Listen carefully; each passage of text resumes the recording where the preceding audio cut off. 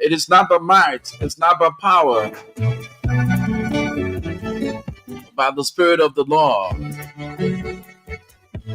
I'm grateful to be counted amongst the living on this lovely first day of the blessed month of the year. Indeed, it's May, a wonderful month that comes with lots of positive energy. Regardless of your negativity, the month of May has the propensity to transform your mind and renew your strength for positivity. If you are a May born, I love to say happy birthday, happy pre-birthday. And we are courageous kind of people, you know? People that are born in the month of May. Regardless of the ups and downs, we stand up tall. We think positive. You do not use our leniency to be our weakness. We are powerful people. It's the month of May, the month of mothers, the month of unification. My name is Rufus Divine Connect saying good morning and welcome to the program, The Positive Show. And I urge all of us to be agents of positive change. As usual, we're going to take the flight schedules from the Rebels International Airport. With the flight schedules, we gave you arrivals and departures. From the flight schedules from the Rebels International Airport, we take you through Monrovia and its environs in terms of the vehicular traffic movement. We update you on how the traffic runs, the hotspots, the detours, the safety measures. Following that, we intersperse with commercial commitment. We're going to be looking at something very important this morning. We're going to be speaking to the consciences of Liberians, especially us, the young people. What is our own role in the growth and development of our beloved country, Mama Liberia?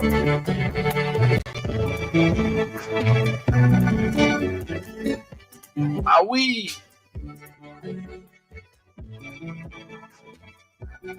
designed to always be the tool for violence, or we must be able to graduate from the state and get involved with meaningful issues that contributes to the growth and development of our beloved country, Mama Liberia. The little things that matters. Look around you.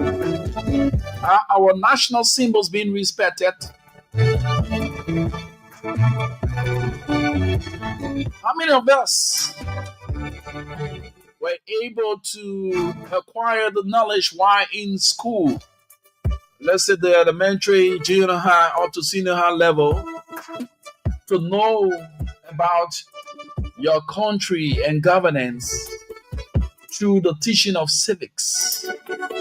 We're going to be laying emphasis on this as often as we can because we've realized, based on the lack of the teaching of civics in our schools, boys and girls that have now turned out to be men and women who did not come in contact with the teaching of civics in school have become so adamant and not productive, looking at the growth and development of the country. It starts from UNR. So these and many more,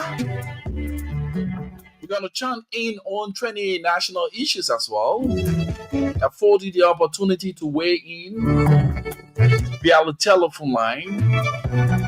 And on the flip side, 10 o'clock, we say goodbye on today's edition of the program, The Positive Show. Be there, I'm here. And together we say a teamwork supported. Shortly we go for our commercial commitment. When we come back, we begin with the flight surges from the Rabbits International Airport.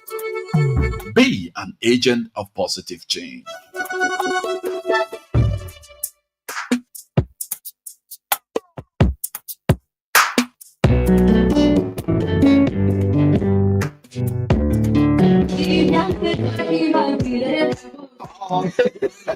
If you want extra small money for the things that you're not expecting, let me tell you about Momo Loan. The fast and easy way to be free with money problem. Momo Loan, the new way of taking care of things when you not get money. The first thing you got to do is to register *156*5# and you will select extra cash. Hey man, now one, that easy credit there. Momo Loan, they're not just giving you money, they are making you strong financially. Momo Loan, that your fallback position, that you're dependable. Go get it. Don't wait, go register today and control your money power with Momo Loan. Momo Loan, extra money for the things that are important to you.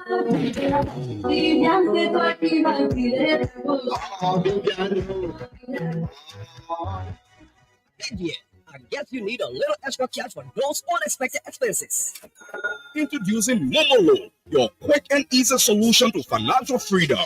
Momo Loan is your cash flow, extra cash when you need it, offering users quick financial support for things that truly matters. It's simple. First, you gotta register. Just dial *156*5# and select extra cash. And remember, with Momo Loan, we are not just giving you cash, we are empowering you with knowledge for a better financial future. Momo Loan is your cash flow, extra cash when you need it. Let's go. So don't wait. Get started today and take control of your finances with Momo Loan. Momo Loan, extra cash for the things that matter.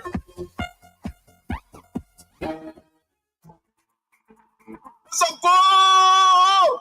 We fought the win. Every win is yours. Own it. The Momo Community League is back, and this time it's about on the field and love in the stands. 16 communities will battle for a grand prize of 300,000 Liberian dollars, while the second place team will walk away with 200,000 Liberian dollars and third place 100,000 Liberian dollars. From Jacobstown to Logantown, Bannersville to Clear Street, Kingrave to Newtown, Simple Bridge to West Point, Old Road to Congotown, Kingrave to Bentletown. Oh my Pape, my Crabone, oh my real junior, they lead it for y'all. Come and support your community. This is modern football. It's pride, it's passion, it's power. The People's League, Mama Community League is here. So come out, wear your jersey, bring the drums, cheer the loudest, and support your community. The Mama Community League is for the people. Powered by Lone Star South MTN and the Liberian Football Association. After the commercial commitment, we are back to give you the very best this really has to offer. It's a wonderful, wonderful morning, the first day of May. So you are out there, I'm in here. And like we say, a teamwork supportive on this radio. Let's run quickly to the Rabos International Airport to bring you the flight schedules from that end. We begin with Ethiopia Airlines. Ethiopia Airlines flight ET932 from Conakry, Guinea. We arrived at the Rabos International Airport at 9:45 this morning. Our next flight is Kenya Airways. Flight KQ508. We arrived at the Rabos International Airport at 5:40 this evening. And lastly, for arrivals at the Rabos International Airport, Askar Airlines, flight KP20. From Accra, Ghana, we arrived at the Rabos International Airport at 5:50. So that does it for arrivals at the Rabos International Airport. Let's go to departures from the Rabos International Airport. Air Cote d'Ivoire, flight HF755. We depart the Rabos International Airport at 8:20 this morning for Conakry, Guinea. Ethiopia Airlines, flight ET932. We depart the Rabos International Airport at 10:45 this morning for Addis Ababa. Lastly, for departures from the Rabos International Airport, Kenya Airways, flight KQ509. We depart the Rabos International Airport at 6:40 this evening for Accra, Ghana. So that does it for the flight schedules. It is intended to enlighten you on how the flights arrive at the Rabos International Airport and departs the Rabos International Airport. And also give you a reminder to know that your flight schedule is at this point in time, so you need to go and be there in time. Some of you, your family members, oh, I'm coming on Askar, I'm coming on Ethiopia Airlines, I'm coming on Brussels. So this update will actually keep you abreast with the flight schedules that you need to know so that you cannot miss out on your family member, that friend or loved one who told you initially that he or she was coming on the various flights that will be mentioned for that day. So let's go to the vehicular traffic update. Let's firstly take up the time to say good morning to the police RG, Colonel Gregory Coleman. Let's say good morning to our gallant men and women of the Liberian National Police, and extension to the Joint Security for job well done. Amidst the challenging moments, there are prospects and gains. So we need to acknowledge all of the good works, and we will also point out some of the shortcomings as they unfold. But quite interesting for those of you who are using by way of the Rabas International Airport, commuting from that point, headed towards town. I want to give you a clear picture of how the traffic looks like.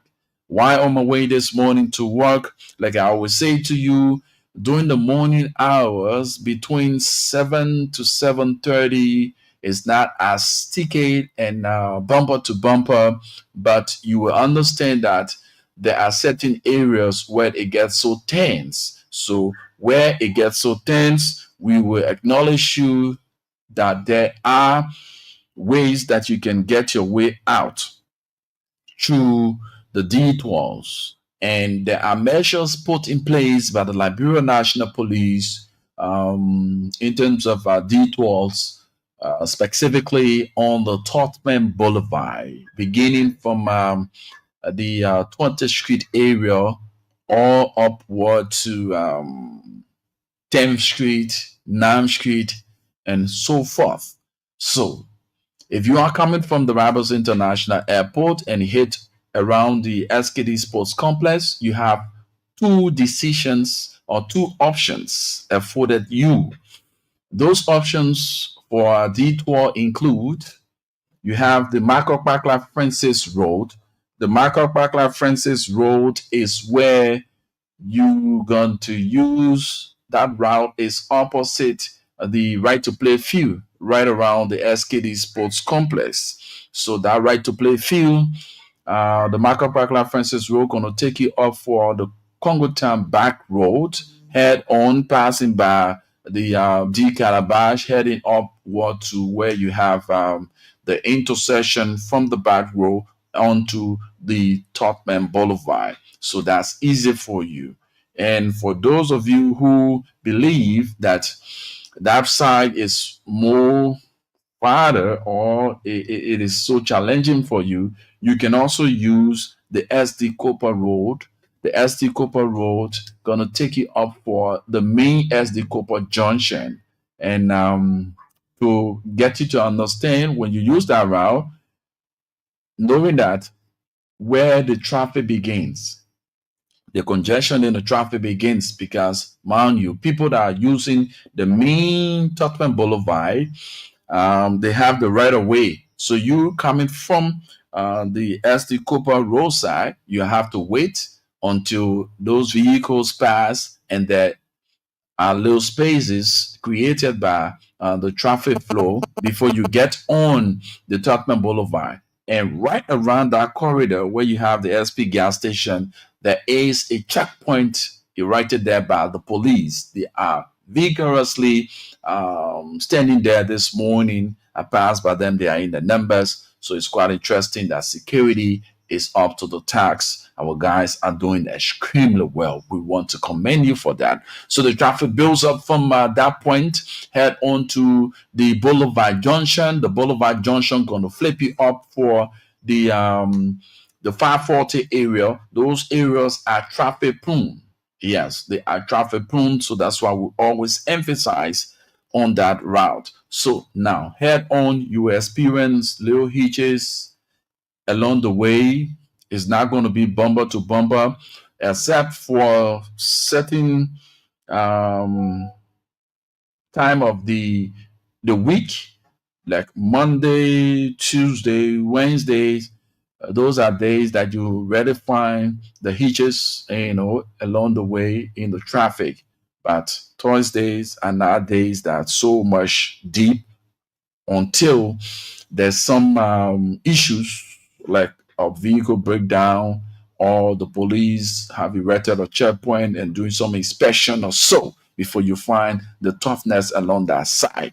So for those of you coming from the Kakata Highway headed towards, you want to use by way of the Dupont Road to come towards town, let me give you this clue.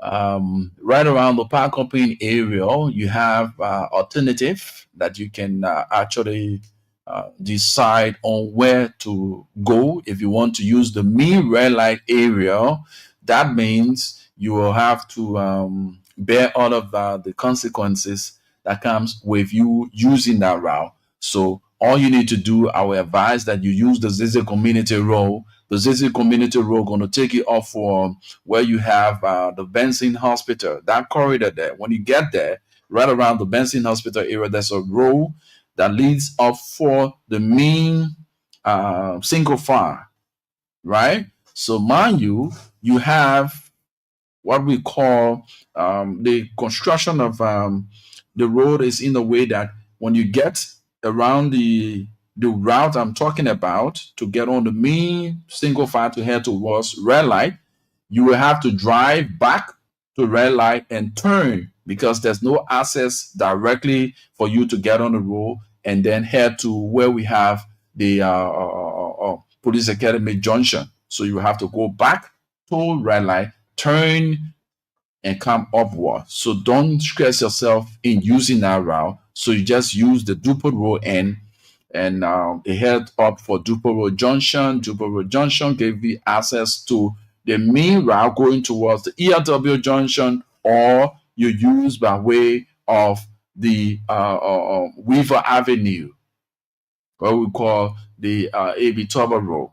That road going to take you up for the ERW Junction, coming from behind the LRA side and that of the Jamali Hospital there, right?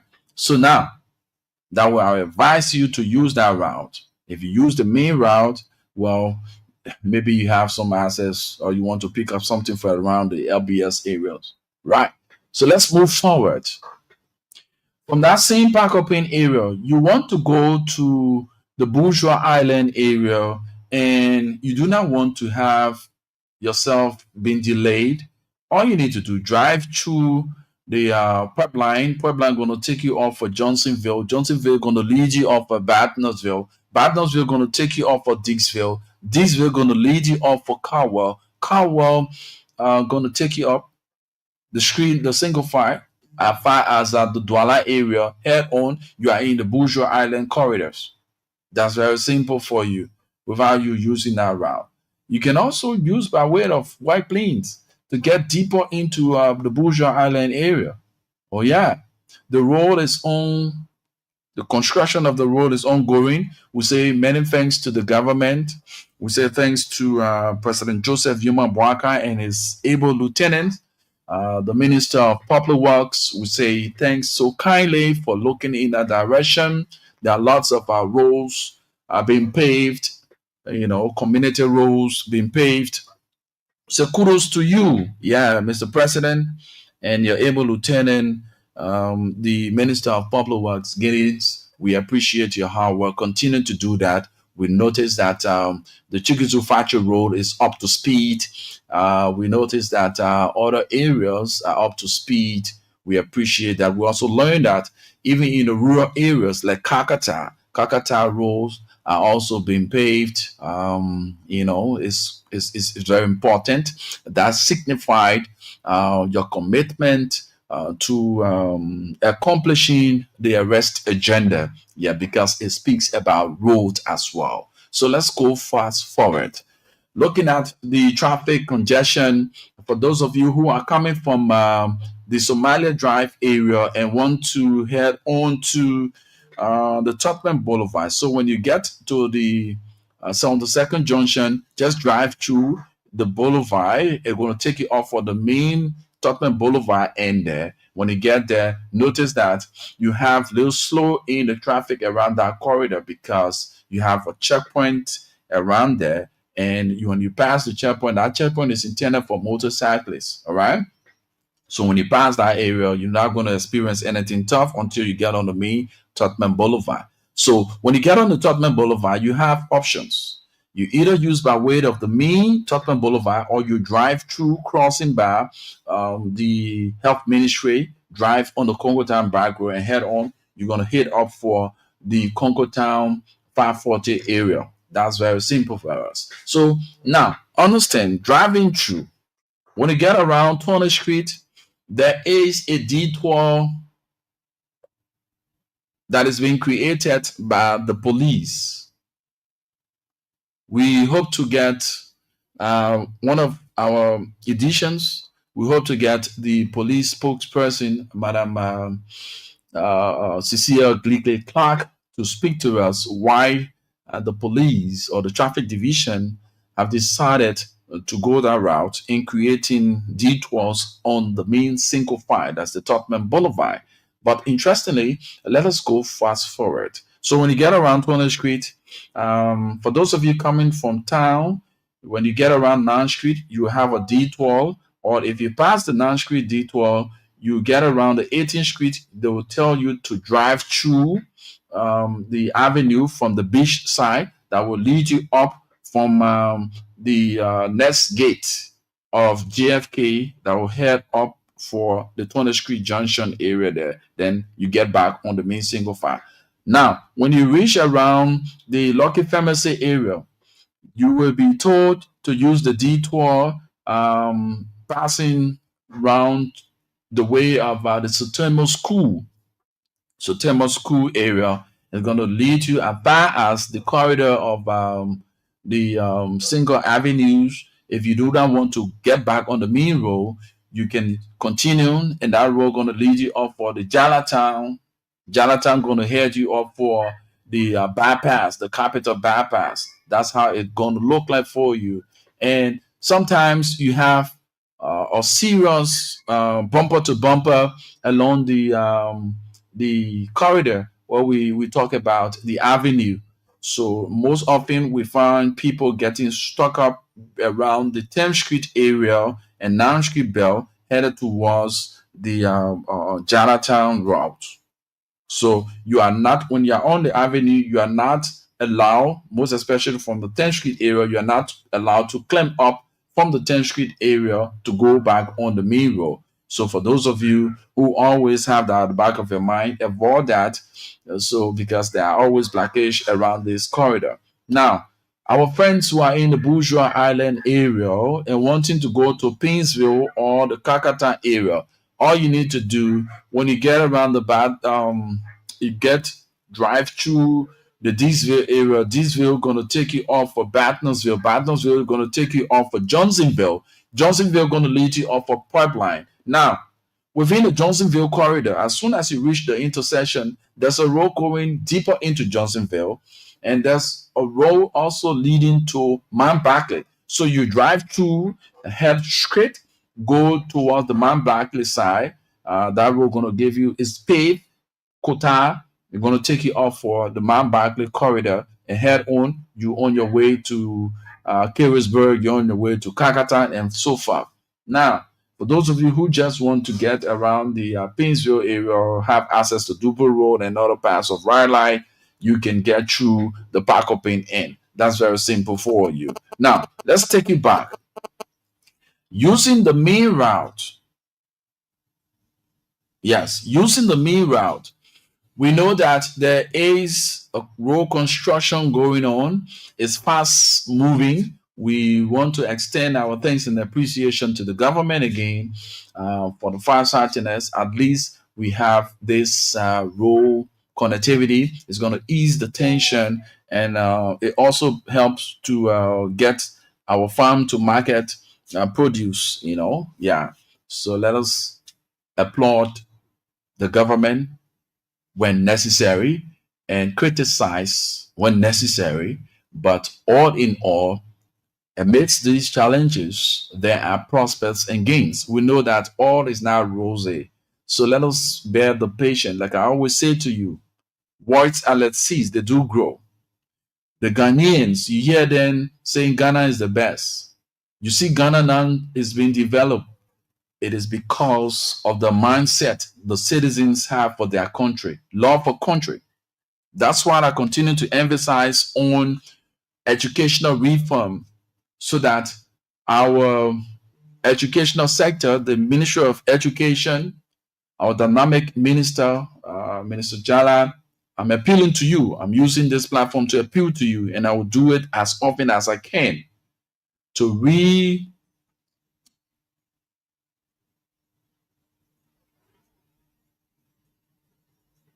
bring back the teaching of civics in our schools. Some of the reasons why citizens lack love for country is this. A lot of citizens don't know their rights and responsibilities. A lot of citizens don't know how government runs. A lot of citizens, because they did not study civics in school. Civics gave you a clear picture of what a government is and how the branches of government function. It also teaches you to be a responsible citizen, knowing your limits, knowing your rights. Like the human rights teaching will enlighten you that where your right ends is where someone own begins. So some of us will violate these rights and privileges afforded us because we don't know our rights, we don't know the privilege or privileges afforded us. So we abuse all of these things. So we lack love for country. Yes, we lack love for country. So we need to start prophesying the good things. You hear somebody say, when there's a negative thing, this too is Liberia. Now, Liberia, now Liberia, can any good come out of Liberia? I say, yes. There are a lot of good people that are making headways outside of Liberia and even inside Liberia. Like the folks you will say, can any good come out of Nazareth? Oh, yes. Jesus came from Nazareth. And today, you and I are saved. He paid the price on the cross of Calvary for you and I. Redemption. So, in so doing, as old as Liberia is, can any good come out of Liberia? I say yes. Basically, the citizens' minds need to be developed, because when our minds are developed, our eyes will appreciate the works of our hands.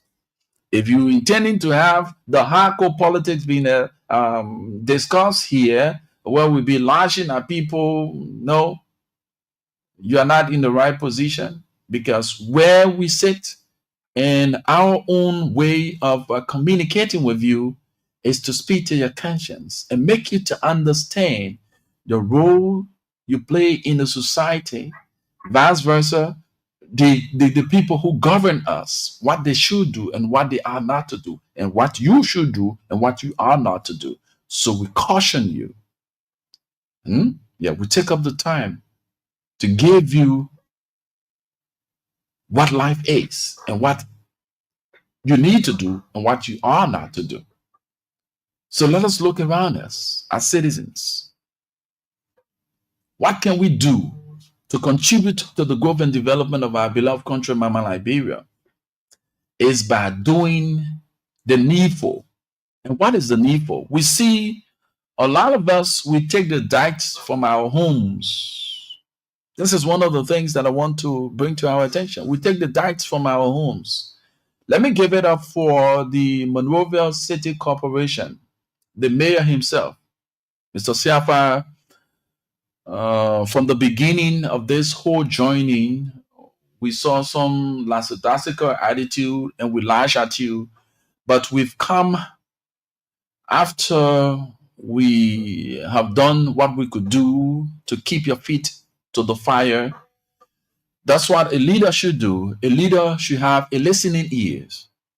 And you have listened, and though all is not rosy, but you are making gains. So we must commend you for that. The city is clean, and we need to keep it green. So the responsibility is ours as citizens to do the needful. Make sure in other countries the people keep the city clean. And I must say, many thanks to the people of Nimba County, most especially the superintendent and her able lieutenants. Today you can go to Nimba. Nimba is one of the cleanest counties in our country because there are rules and regulations laid out, and the folks are following it.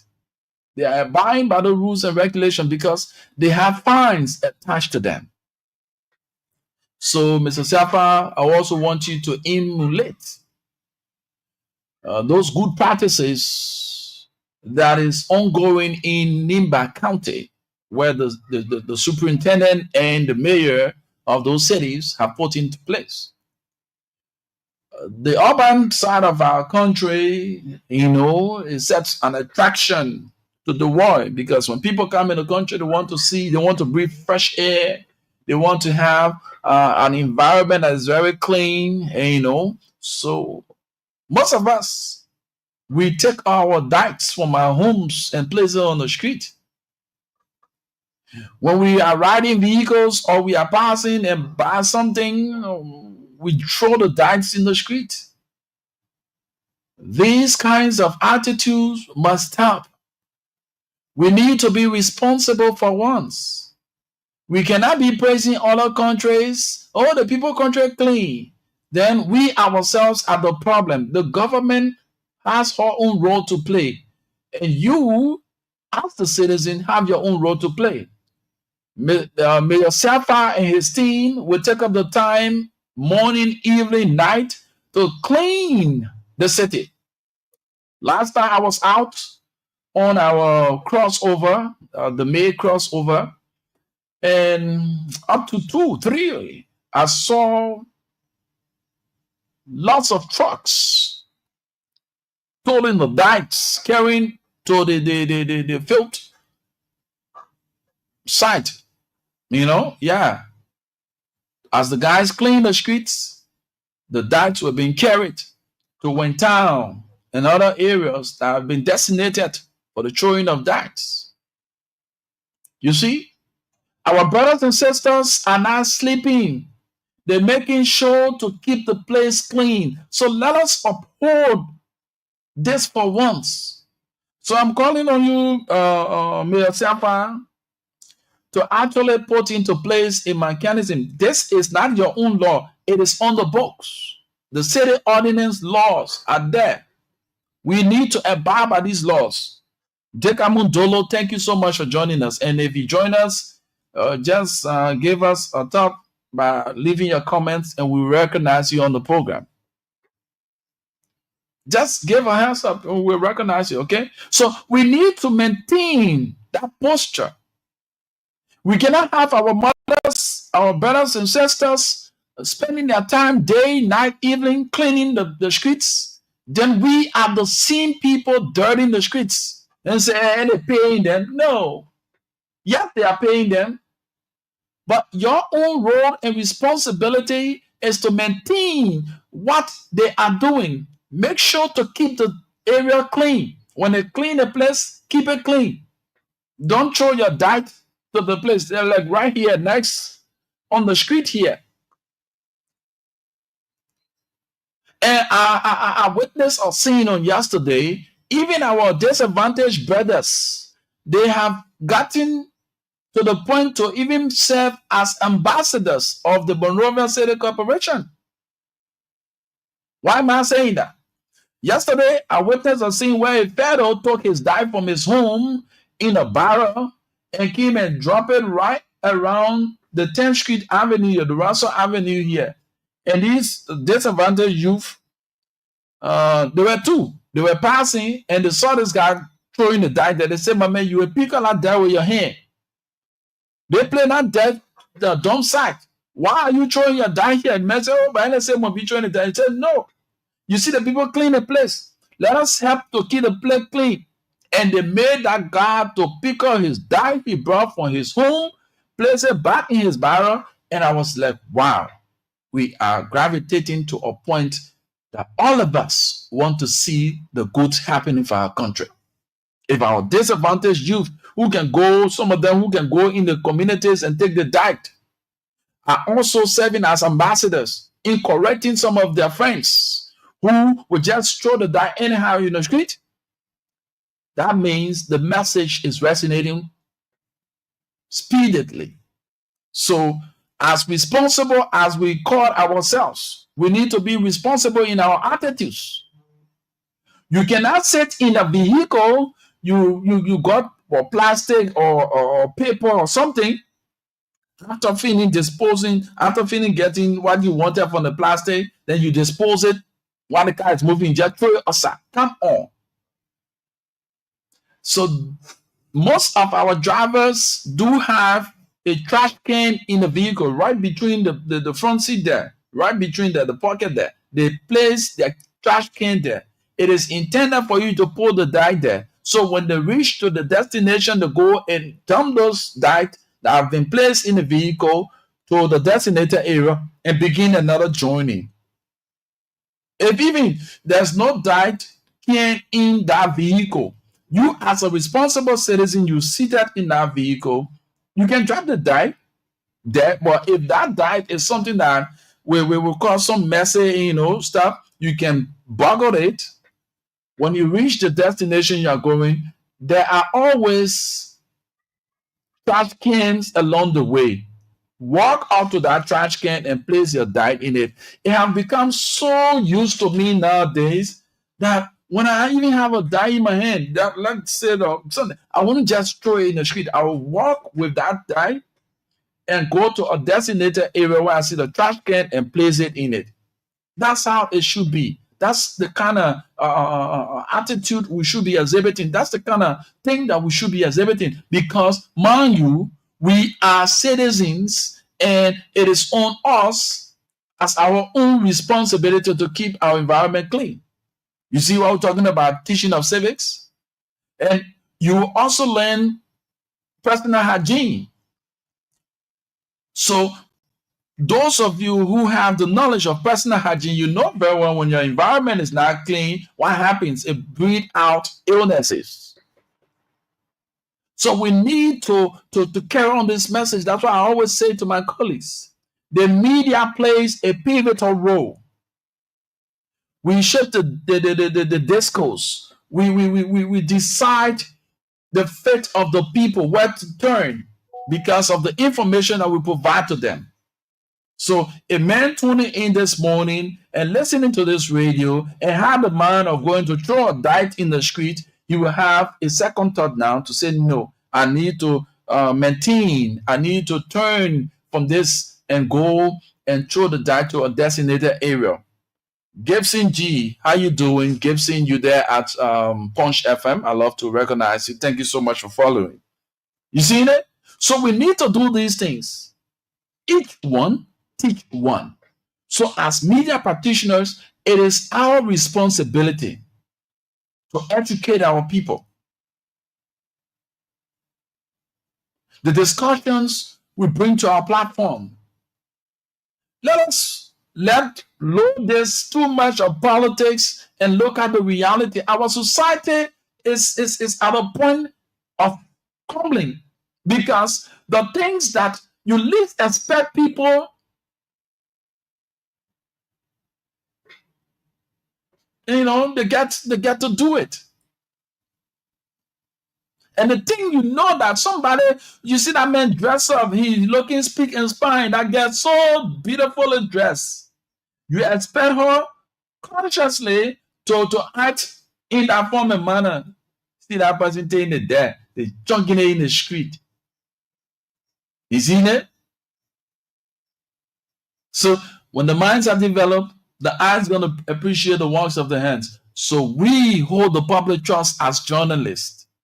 So in this regard, we must create an enabling environment using our platform to educate our people on the basic things that require of us.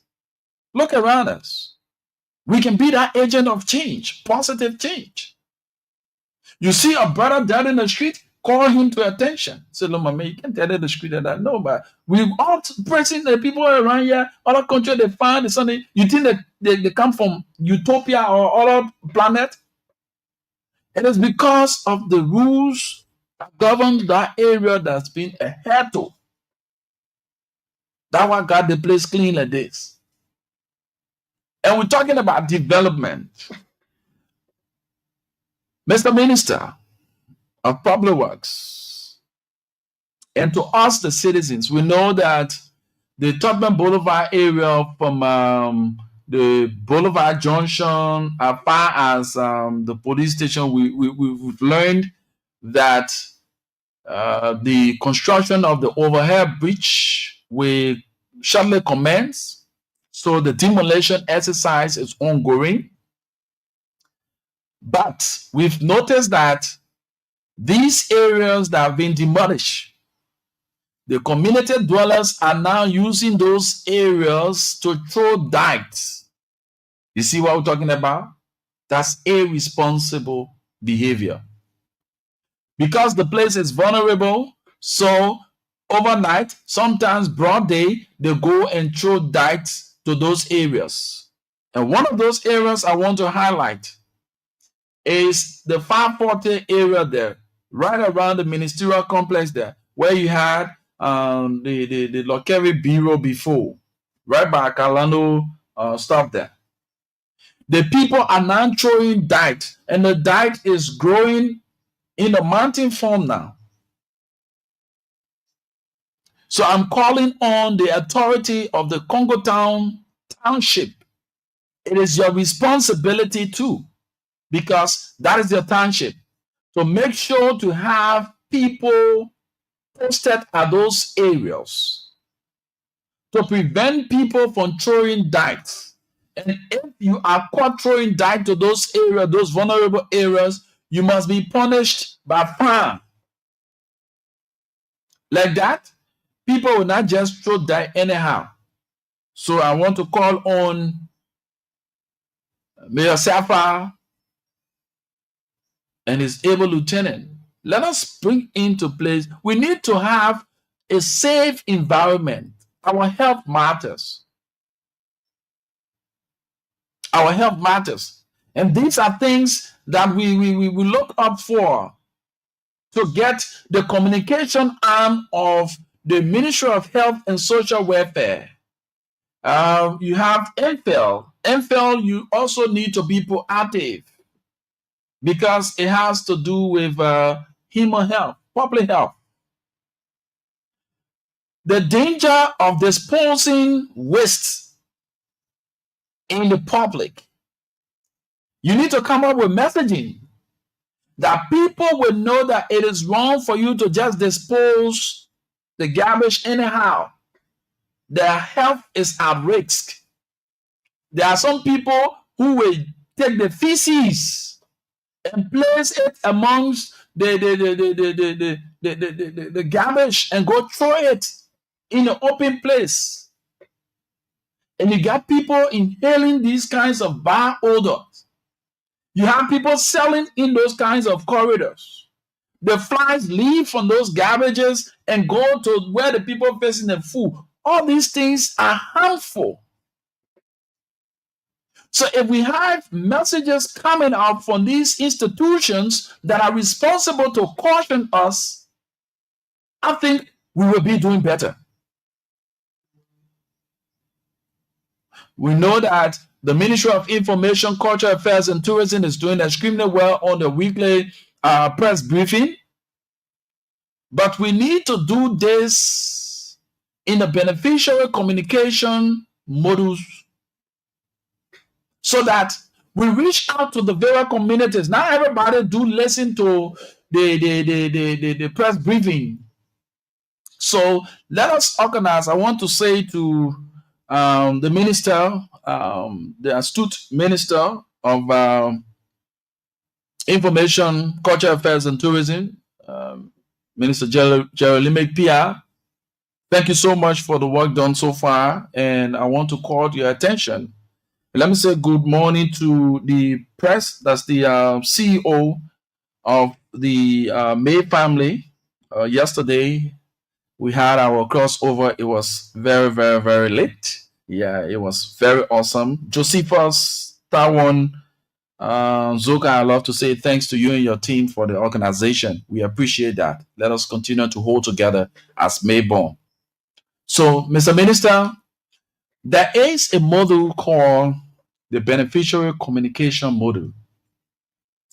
That model was used during the EVD, that's the Ebola virus period in our country, by the Red Cross. And some of us, we were opportune to form part of that body that implemented the Beneficiary Communication Model that saw us as Liberia, a nation climbing down on the virus and getting the people to understand what it takes to have information coming from the aid giver and taking information to the end users who are the beneficiaries. And we also took information from the beneficiaries to the aid giver.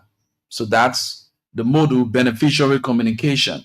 So that beneficiary communication strategy is saw people who were living in denial of the virus to reach the point to understand that yes, indeed, the virus was real, and these are precautionary methods we need to put in place so that we do not come in contact with the virus and we do not have the numbers of death occurring. We had all of our communicators in the various counties, the towns and villages, on sound trucks. Social mobilization was the order of the day, and getting involved with the process.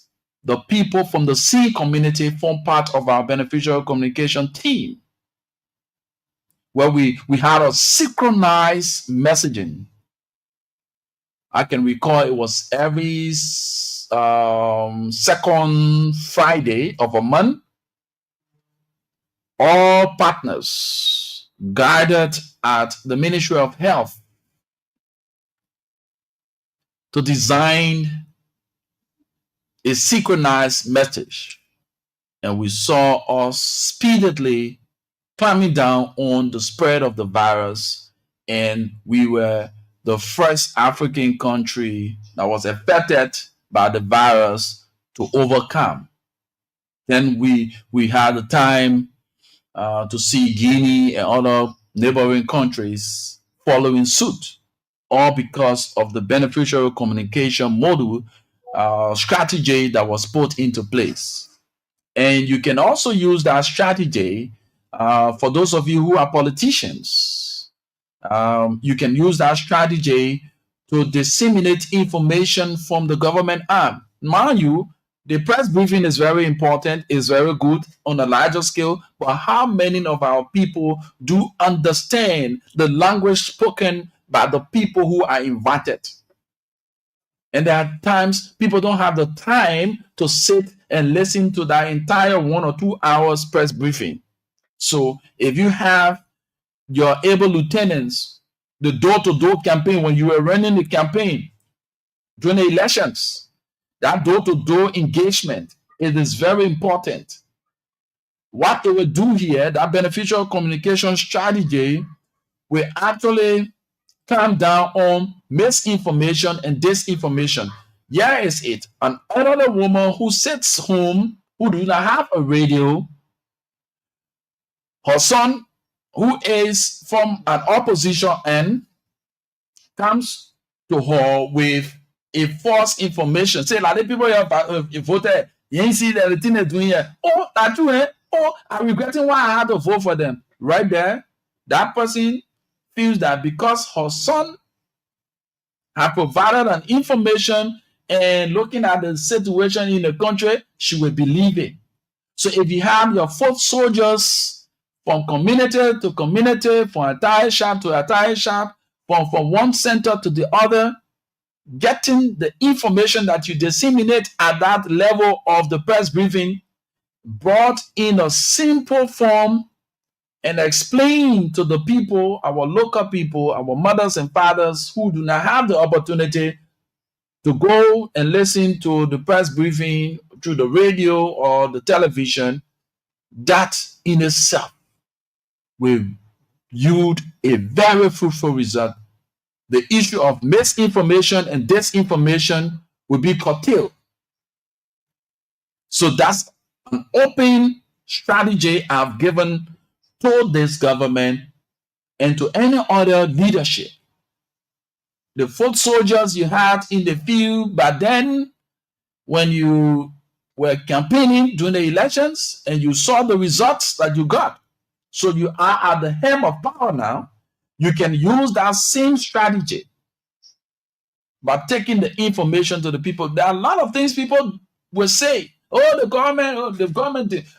How many of us will take up the time to explain in detail the proceedings of the government. Information dissemination is very important. Josephus writes, thank you, Ambassador Rufus Cannon, for the recognition, and happy pre-birthday to us. Oh yeah, man, our birthday. So you see, how many people will understand from that level the works that is ongoing by the government? That's what I appreciate this young man who called himself JMB son. He's doing extremely well. That's another form of beneficiary communication.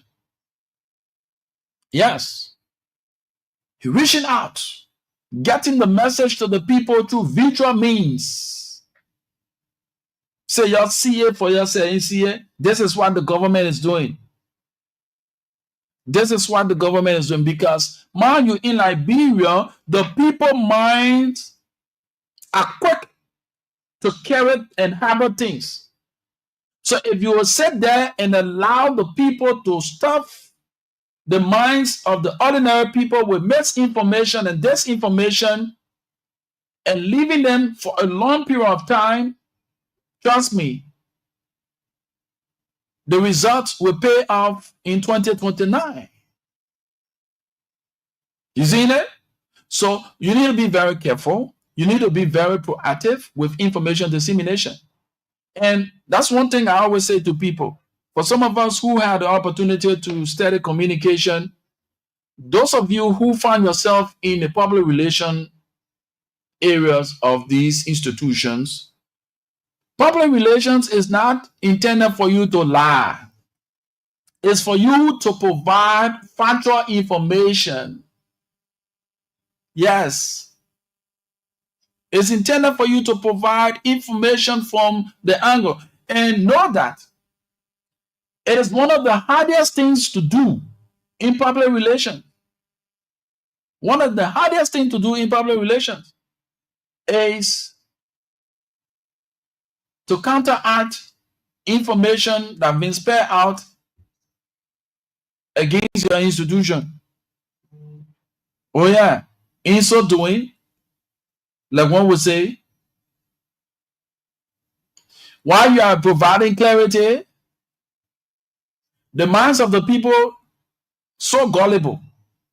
The time you take to be providing clarity, you should have used that time to make the people to understand what your government or what your institution is doing, what your institution has done, and what your institution is intended to do. Like that, the people are already fed with the information. So anyone coming with any other information, it will seem to be something that they will just track, because they are aware that during this time to this time, this will happen. This other thing will happen. And they are following the track record. And based on your fulfillment of these plans and actions, they will tend to believe everything that you tell them. But you sit there in one corner, you think that when somebody come up with information that is contrary to what you are doing, then you provide clarity. You'll be providing clarity, the man looking for another strategy. And I'm going to say this. These were things that happened in the past that caused the past leadership to lose grip of the people's vote. That's clear about that. So if you will sit down in one corner and you just depend on this press briefing, ask yourself, don't you have media institutions that go there to cover? But face-to-face communication is one of the vital major means through which, because that person, you just provide the information. The person want to ask questions. They do not have the means to ask questions. But if you have the foot soldiers or the beneficial communicators going from house to house, door to door, meeting these people, and when they put for these workings of the government told them, they in return will ask questions. I heard about this thing, they say this one, that true, then you will be able to respond in time. The press briefing is very important. The regular press briefing is very important, but you need to send people in the field where they will reach out to the young, the old, and the middle ages and explain to them, because our country is so gullible, my people. We quite to run with the negative things. You know, there are a lot of good things happening that people don't even know about. Oh, yes. But people's minds are attracted to the negative things in this country more than the positive. Right now, open the lines and the number of calls that you will receive will be less, because we are not seated here debunking, castigating people, bringing insults. So we won't have the barrage of calls to come in, the influx of calls, because we are not giving their taste. We are in a professional environment and providing education for, maybe you are from the opposition, you are from the no position, you are from the in position. All of us can benefit from it. That's what professionalism calls for. In journalism, the ethical standards must be upheld. And that's what we hold on to. We own up to it. So if you expect me to sit here and say, oh, they want, no. Our responsibility is to unearth the issue and leave you, the public, to be the judge. So with that being said, we want to say to our folks out there, we can make Liberia a better place, provided if we develop our minds. Like I love to borrow from our senior brother, Mr. Lawrence Boblet. Teaching minds, teaching attitudes. When the minds are developed, the eyes will appreciate the works of the hands, right? Because our minds are not developed, so our eyes cannot appreciate what the hands are doing. That's very simple about that. So in order to get us to appreciate the little as we progress, we need to reach out. Yes, we need to reach out.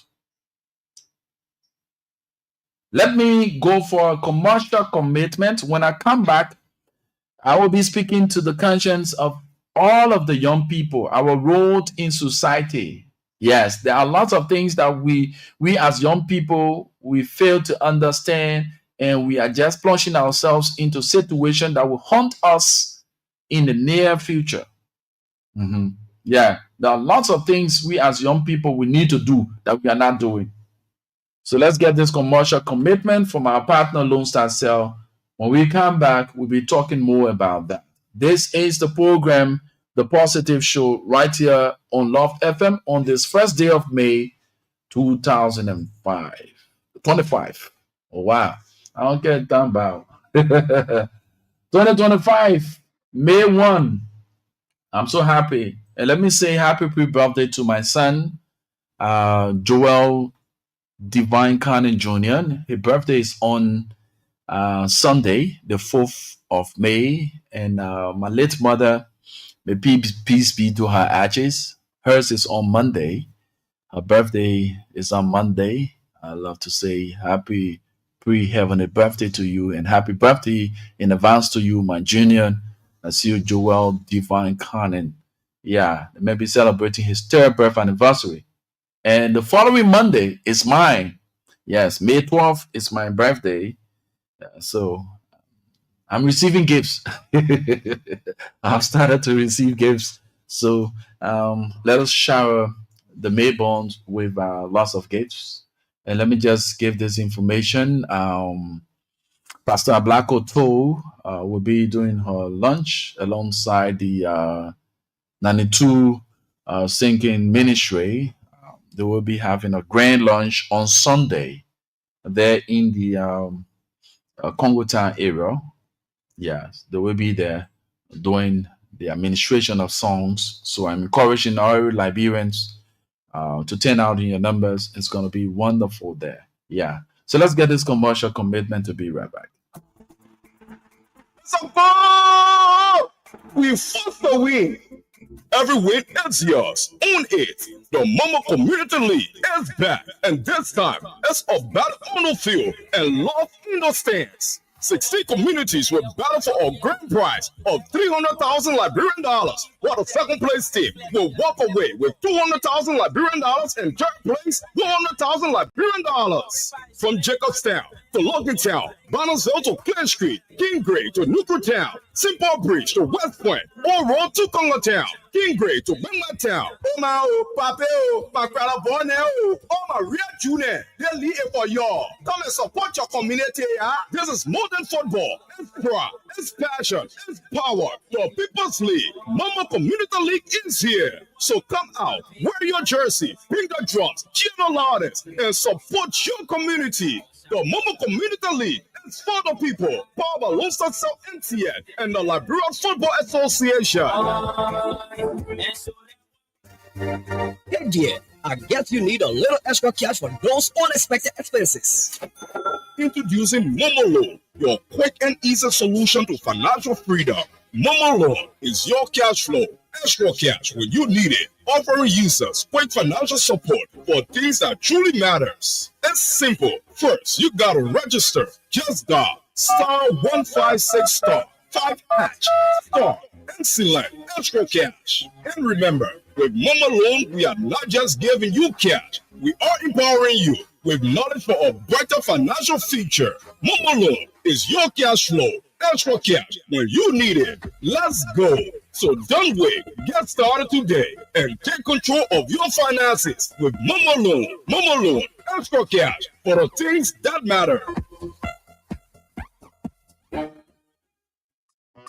The family stand be brave, be more be brave, be myoko, man be brave, na be boji be born a woman na we. Can I sorry? The pon moji, be bochen. Rusa say Etienne. Well, Richard Dirojado, a pumpy, or got dear, one yoni aga. I'm a woody chow, I'm a rio, you are one a woody kid, yellow, there are some more Monyo send the Lusa Funga, Lusa, very boy, peo, one in your dear pine, moon, yellow, tis say, Bobby and a form, Mundaro J.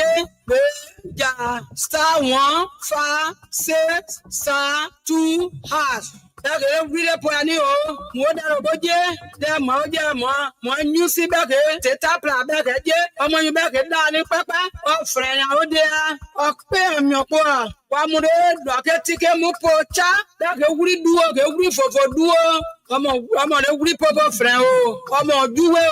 Your same one that do so for the pay back at we the form of one papa. Reach out of Pompey. We think oh, we the papa friend. Oh, do well. Your same that do one well. Reach out of Pompey. We think Besamu one more G, Betchando, Mamma Betchando, Begamu one more G, Rutada, tis same grip or then a form more, Muda Tiga Mumu, back a 1,000 duo, back a 10,000 duo, back a 100,000 duo, your friend, do your friend. 1 million that Pirabri, one duo, Rajamoga, you're a dao, you're for or be a work for, or can I be the poor, or bed do a work for, more, I can only put any Mudu any cramp, Sola Mudu any cramp, Camuda, the Pony, Camudu any, then you're 4 on the way, can't be the Chemu, and some of them more quite do Sanaja, or this year, you put a pay, they're going to be the form of Papa, I could have a boaching, Mamma, Mero, do not form you, your blade. Nature star 1 5 6 star 2 hash. That can be the penny. That can 1 million do the my mirror, my judge, boy, be put it by you.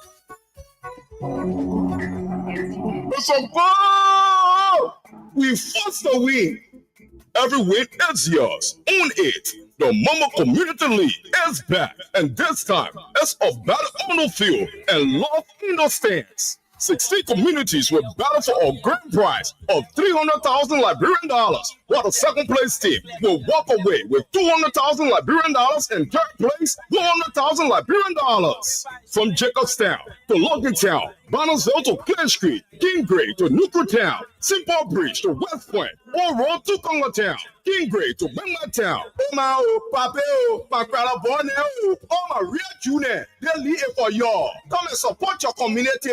This is modern football. It's pride, it's passion, it's power. The People's League, Mama Community League is here. So come out, wear your jersey, bring the drums, cheer the loudest, and support your community. The Mama Community League is for the people. Powered by Lone Star South MTN and the Liberian Football Association.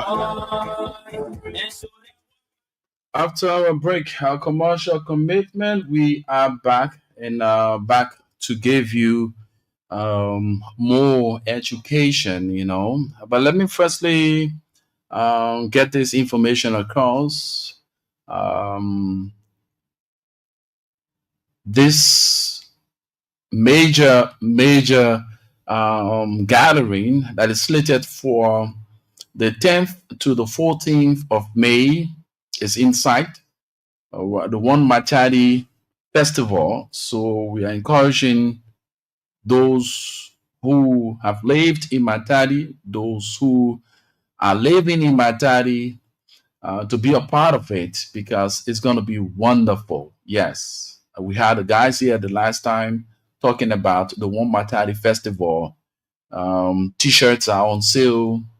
It is going to be wonderful from the 10th to the 14th. One Matadi Festival, not joke. Better can go Matadi, right? Okay. So tell a friend to tell a friend that indeed you need to form part of the process. You need to get your T-shirt. You need to be a part of the activities that leads to that celebration, because it's going to be wonderful. All right. With that being said, this morning there are thematic areas that I want to highlight as it relates to our own contribution as young people to our nation growth and development.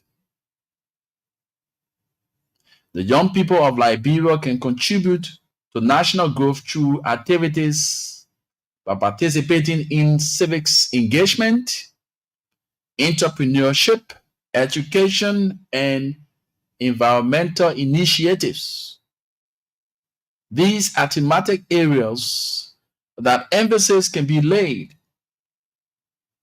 so that we see our role in society as young people appreciated.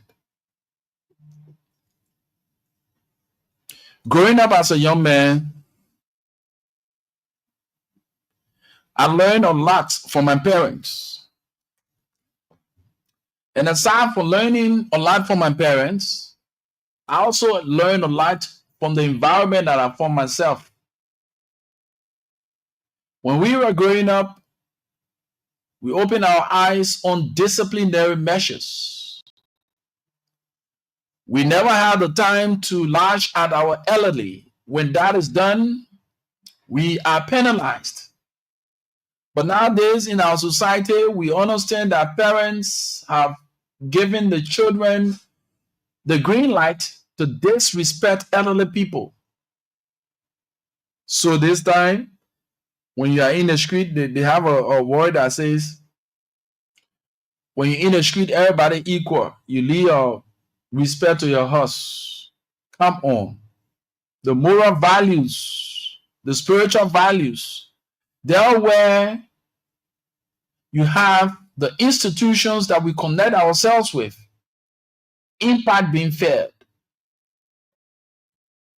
The parent will bring you forth on the earth. It is their sole responsibility to educate you. It is their sole responsibility to provide your needs and wants. But it is also the responsibility of the society to groom you to be a responsible citizen, likewise your parents. The moral values you take from whom The spiritual values you get at home will be exhibited out there, even as a young person growing up. Like the Bible will say, train up a child in a way he or she should grow. When it gets old, they will never depart from it. So you as a parent, the way in which you bring your child or children up is how they're going to make an impact in the society. We see nowadays parents defending their children wrongdoing. Back in the days, when an elderly person is around, you as a young person, you dare use vocal language. You will be spanked, and then when that person tells you that they are carrying the complaint to your parent, you are worried because you will also be spanked by your parent. Those were the disciplinary measures that were put in place that have seen some of us growing up in a modest way, that we are now contributing to national growth in a respectable manner. Today, when an instructor of a school tries to discipline a child, the parent goes there. Who told you to be my child?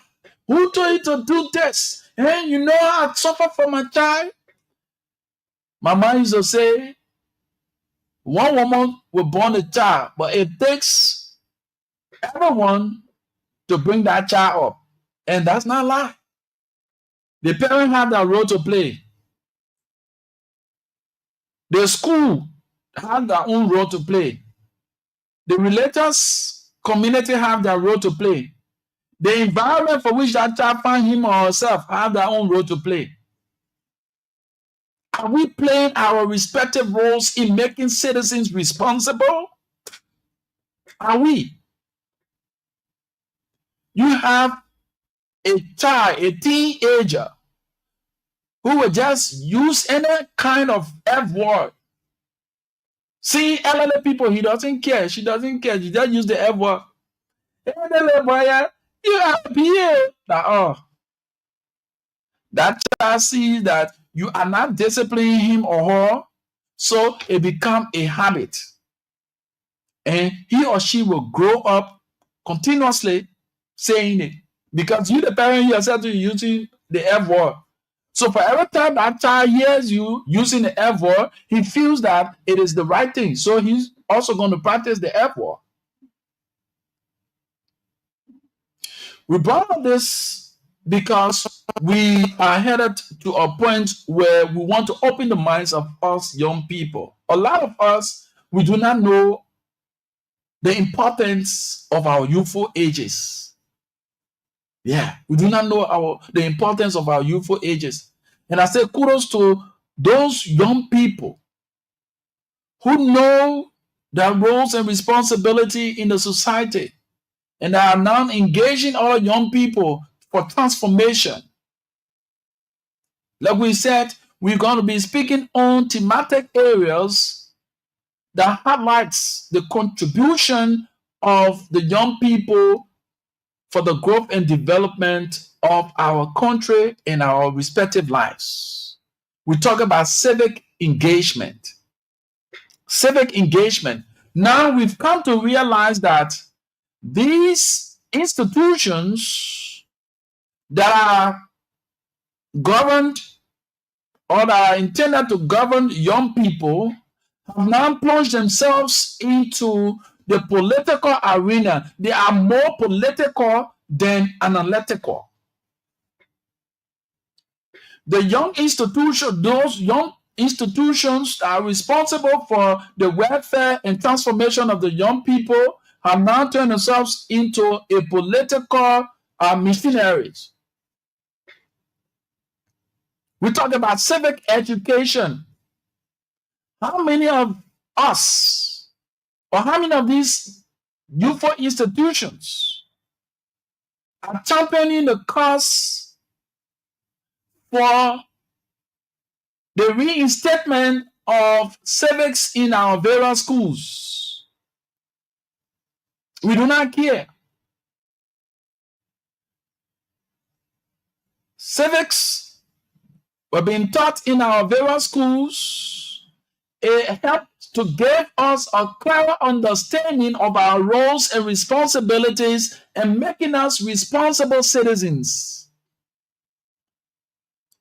It opened our eyes on how government runs and knowing the power of the various branches of government. That's why you see, back in the days, not more people were took to this whole political thing. When you found people back in the days headed towards the elections and other things like that, that person was looking for a retirement job.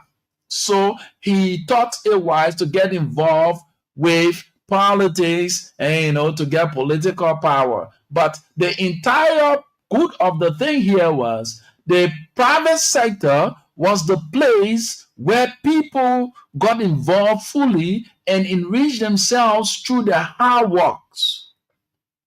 But today, because of the evil-minded politicians who thought it to themselves that the teaching of civics would have exposed them, would have exposed their deeds, would have exposed their involvement into the downward trend that they are creating for the nation, they said to themselves, but now, let's just scratch out the thing called civics. When the children get to know how it works. Rachel, how you doing? Thank you so much for joining. Then what will happen here is that the thing we won't do, we're not doing. So you move the teaching of civics from the schools. Then they coin it, say social study. But civics went in depth, enlightening our minds. Civics will go in depth to tell you as a citizen what you are to do and what you are not to do. So we are talking about the first thematic area here for the young people to contribute to national growth is civic engagement. We have a lot of youthful groups around here. Young people played a crucial role in promoting democracy and accountability by participating in political processes. Those organizations like the Federation of Liberian Youth, FLY, have been instrumental along the way by mobilizing young people for civic education and voter participation, that which help to enhance the democratic governance and stability. But today is not affront to our young friends. They are now being used as a tool to instill violence. There are more good people. Yes, there are good people amongst them, but both of them are now being used by politicians to carry on violence, to carry on all sort of things that are not meant to be from the angle of the youthful generation. So what they do here is that they have created a serious split within the youth environment. As I speak to you, there are more people in FLY or most of the youth institutions that are more political than civil. Their emphasis are more focused on the political issues than the civil issues. That's why the politicians have done by omitting civics from the curriculum. So the young people are now going to school without acquiring the knowledge to know the roles and responsibility and how important they are in the society. Because when that politician wants to get to the helm of power, he used the young people to carry on all sort of violence And as it is carried out, he has his own way and get himself at the level of power. Thank you so much, Rachel, for joining. She said, I'm blessed and thanks for welcoming me. Yes, you are welcome, Rachel. So let's fast forward. So we want to caution our young friends today. Let this day be a day of a new beginning as we speak to your consciences. Let us lay aside our personal aggrandizement and look at the whole. A politician will call you and say, oh, Lord, my man, I know that some men there, they won't get involved, but you'll be the radical ones among the rest of the team. I will sponsor you to do certain things I don't want to do, but you cause the other thing, you made the other public statement in my favor. And these are things that are not happening in the youthful society. These are things that are not happening in the youthful organizations around here. Bulk of these things that are happening, it is trickled by the same evil people who have caused the blindness of you and I by omitting civics from the curriculum of our educational system. Another thematic area I want to bring to your attention, it has to do with entrepreneurship. And this are laid to the feet of the present establishment, the ruling establishment. What have you for the young people on your books? The last time we checked, there were a lot of emphasis laid on tech opportunities to be created for young people. But how far have we gone with that? How sincere are we with that? How sincere are we with that? The young people constitute 70%, as tend to be corrected. 70% of the population. What have you on the books for them? To transform their lives, to make them responsible citizens. What have you? We're talking about vocational institutions. Kudos to those individuals who have gotten involved with the creation of opportunities for learning, vocational learning for the young people to buttress government efforts. So we say kudos to you who have created that enabling environment, because the LRC, the MVTC, the BWR, these were institutions that we opened our eyes to. We saw young people groomed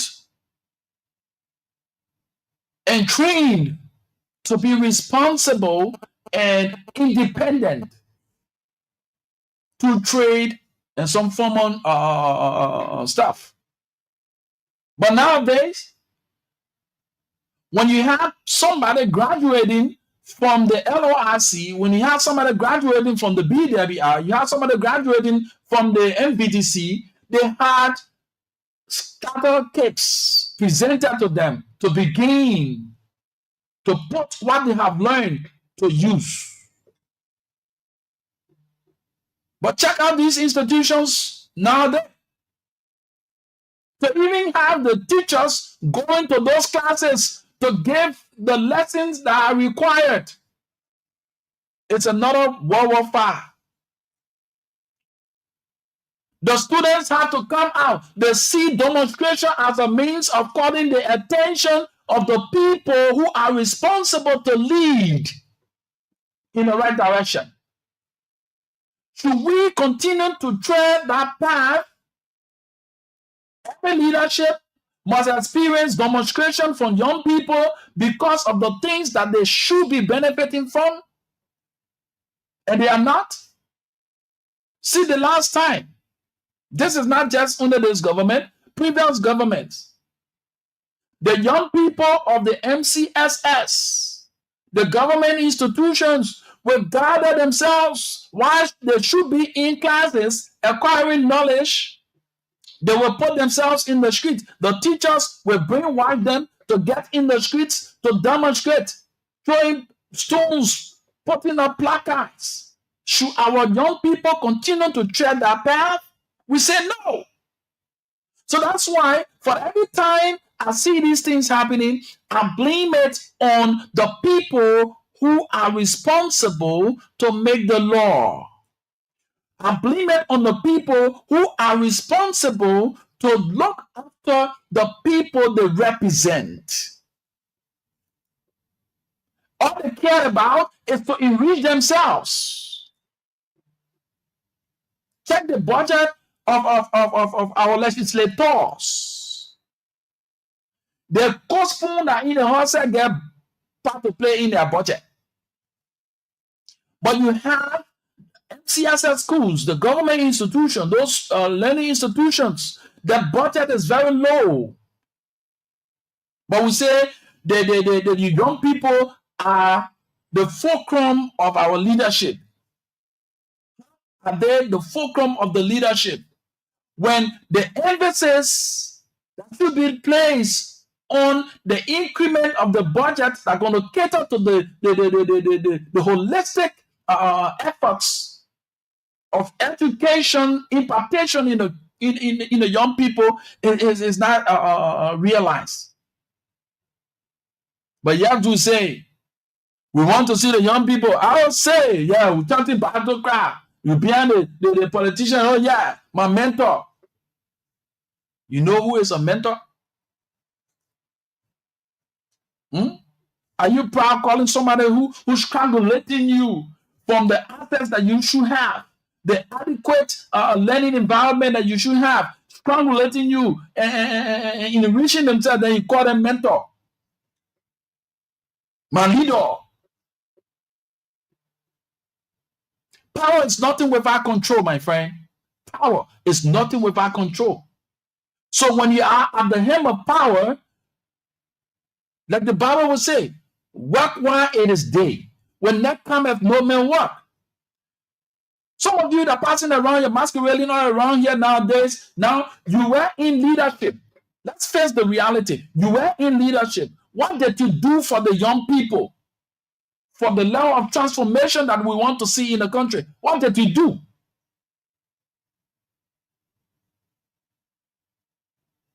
Now that you are not at the helm of power, these are the same young people you left vulnerable, you have come back to use as a stooge to carry on demonstrations, to carry on all sorts of things. And this goes to the present leadership. When you were in opposition, these were the people that you used to chant all of the battle cries. These were the people that you built their hope and expectation that when you take power, this is what you are going to do for them, and this is what you are going to do for them, and you need to do for them, and you haven't done for them.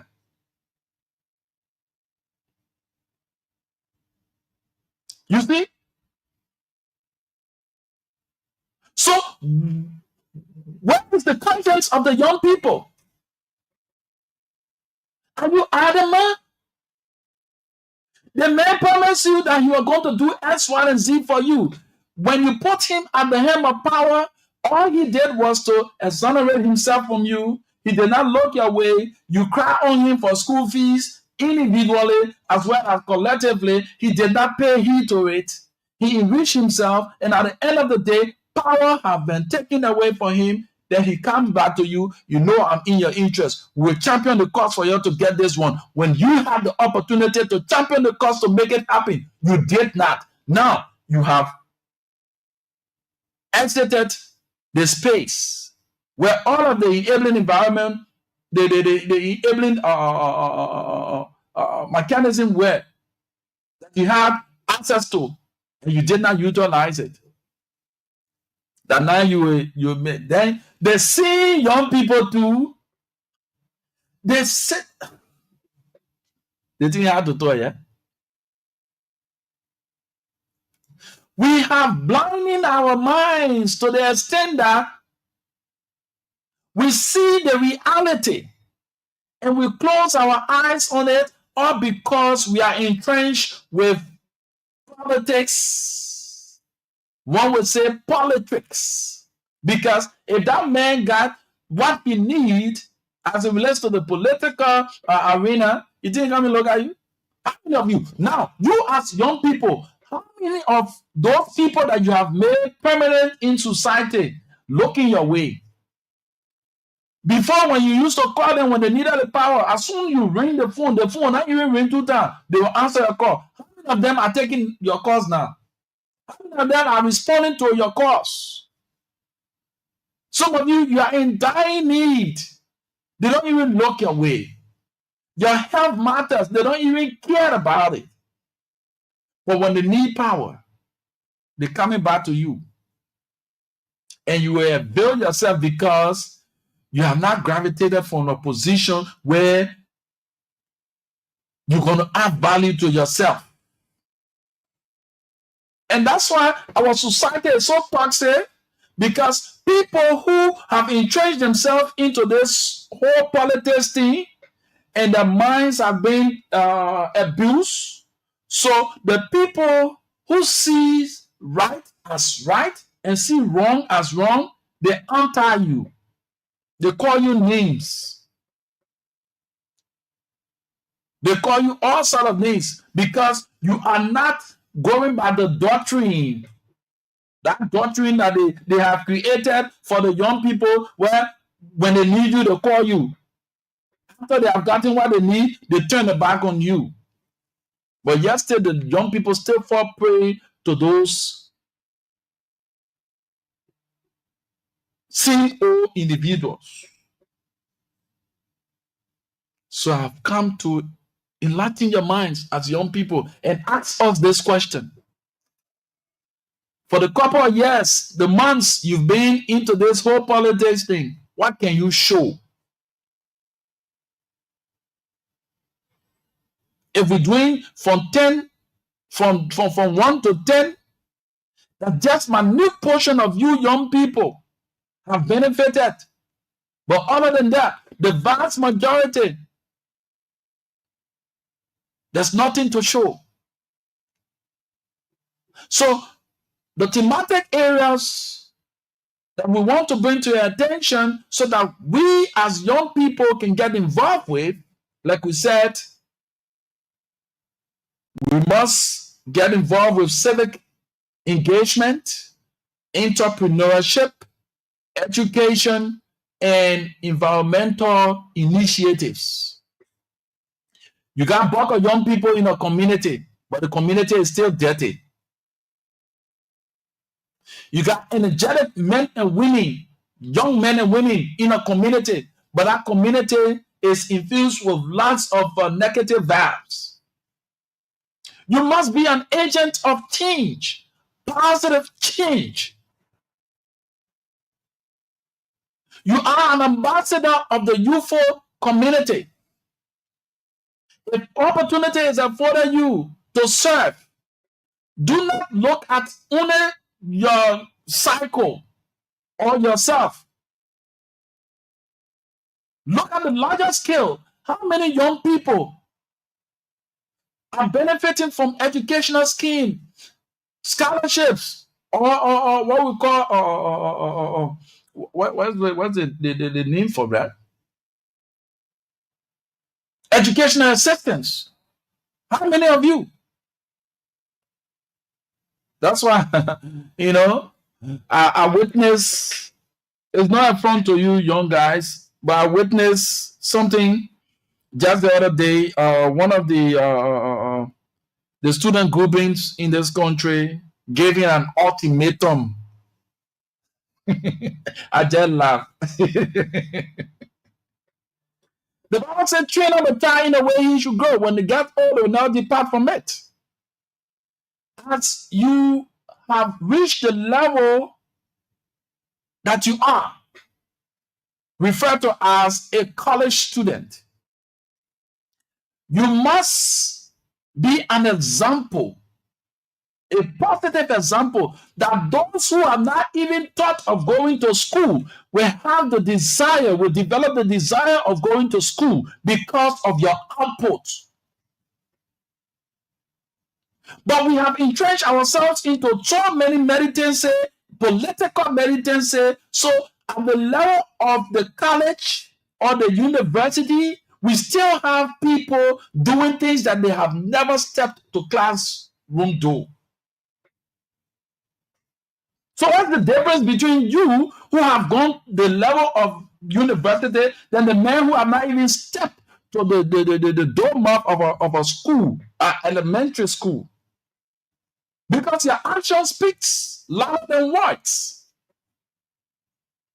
There are ways and means that you can channel your grievances without going the route of jumping and getting in the street and causing chaos. That's young people.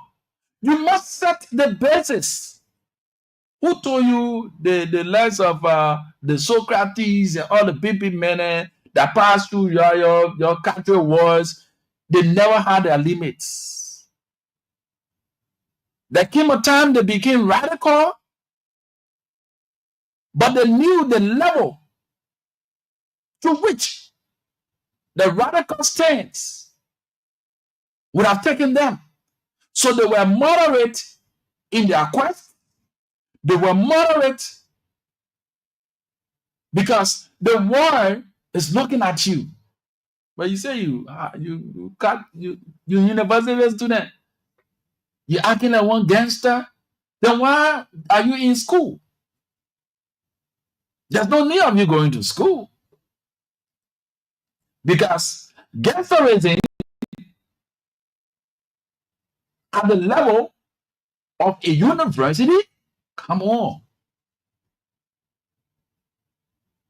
Then there's no need of you going to school now. Oh yeah, I get a degree or I went to college. No. It must be seen in your deeds. It must be seen. It's something that is visible, that should be visible. Something that should be visible. So entrepreneurship is one of the thematic areas that young people should get involved with.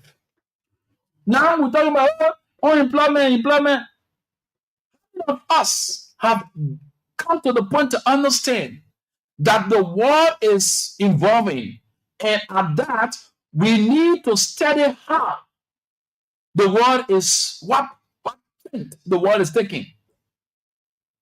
I don't want to go to the other person. I want to be a banker. I go to business college. I go to. Have you come to realize now that the world is gravitating in another direction? Look around us. That's why you see these institutions that come in the country to invest. They bring people from outside. Then we complain. Why are they bringing people? Because we lack specialty. We lack a lot of things. So you have ArcelorMittal creating job. Yeah, this job here it should be for Liberians.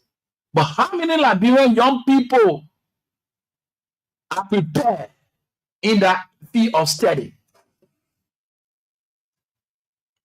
Right now, those who are studying agriculture and those who are studying the energy sector will be the ones to make the bucks, the dollars, the cents in the coming years.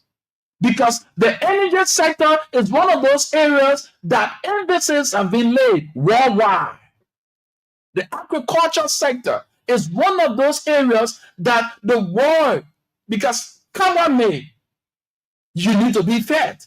So if you get involved with agriculture, you know what's going to happen. The soil is there, available. Today you can take an okra seed and throw it, just passing, throw it. In a few days, you see that seed germinate and making produce.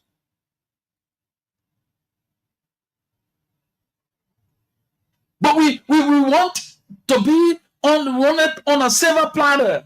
Yeah, you got to say that Liberian, you must make available job for Liberian. So if you are not qualified, they should give you the job, right? That's why most of you young people, you are getting yourself involved into all sort of unwholesome behavior, all sort of that are not healthy for your life because you want to maintain. Yeah, you want to be a money number, Yeah, and say, okay, they got certain job than them, but this is what you need to do. And, you need to get your body. You need to do this one. Then you feel pleased. Now, I was once told by my mother, and this is what she said to me. My son, where recommendation will take you, it takes your character to keep you there. And I sat for long. I said, what do mommy? Where recommendation will take me, it takes my character to keep me there. My character. What are those things that constitute my character? Then I start to do some connection.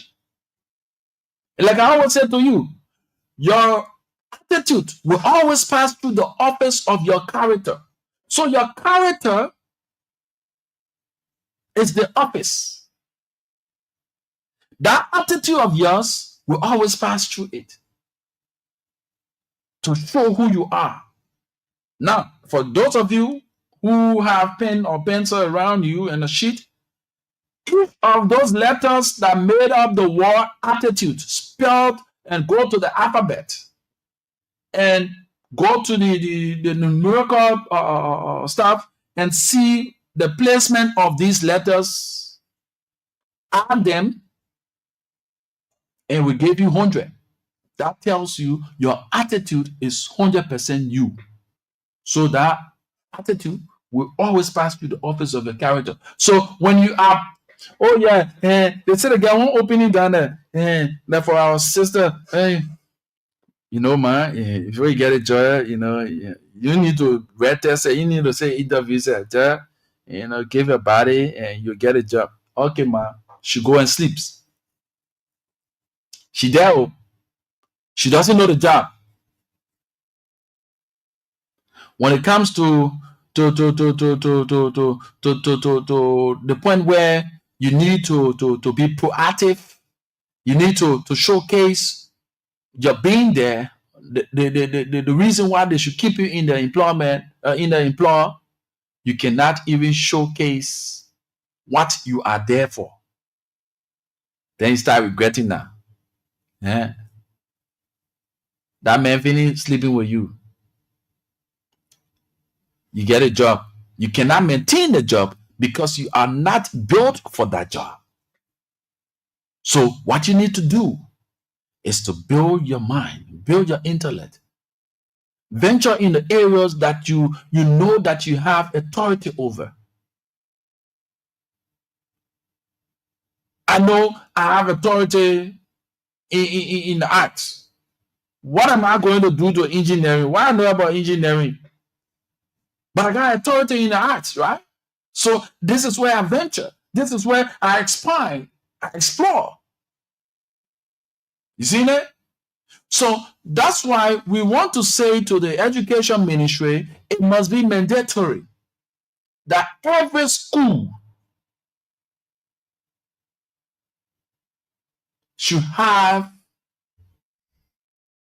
this as a mandate.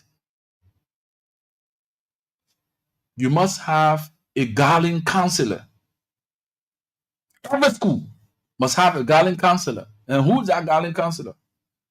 In a sense, that person should be responsible to study the behavior pattern of that child or those children, and then see where they fit. Make sure we have, that's why schools should even have career day, so that the young people get to understand which path they need to take. Yeah. Agatha G. Man, how you doing? Agatha, thank you so much for joining us. We appreciate your following. And let's say good morning to you, Jackson C. Pony Jr. Jackson joined us for Iron Factory Block 13. Thank you so much for joining us as well. And Agatha G. Man joined us from Virginia, we say thank you so much for joining us. Career day.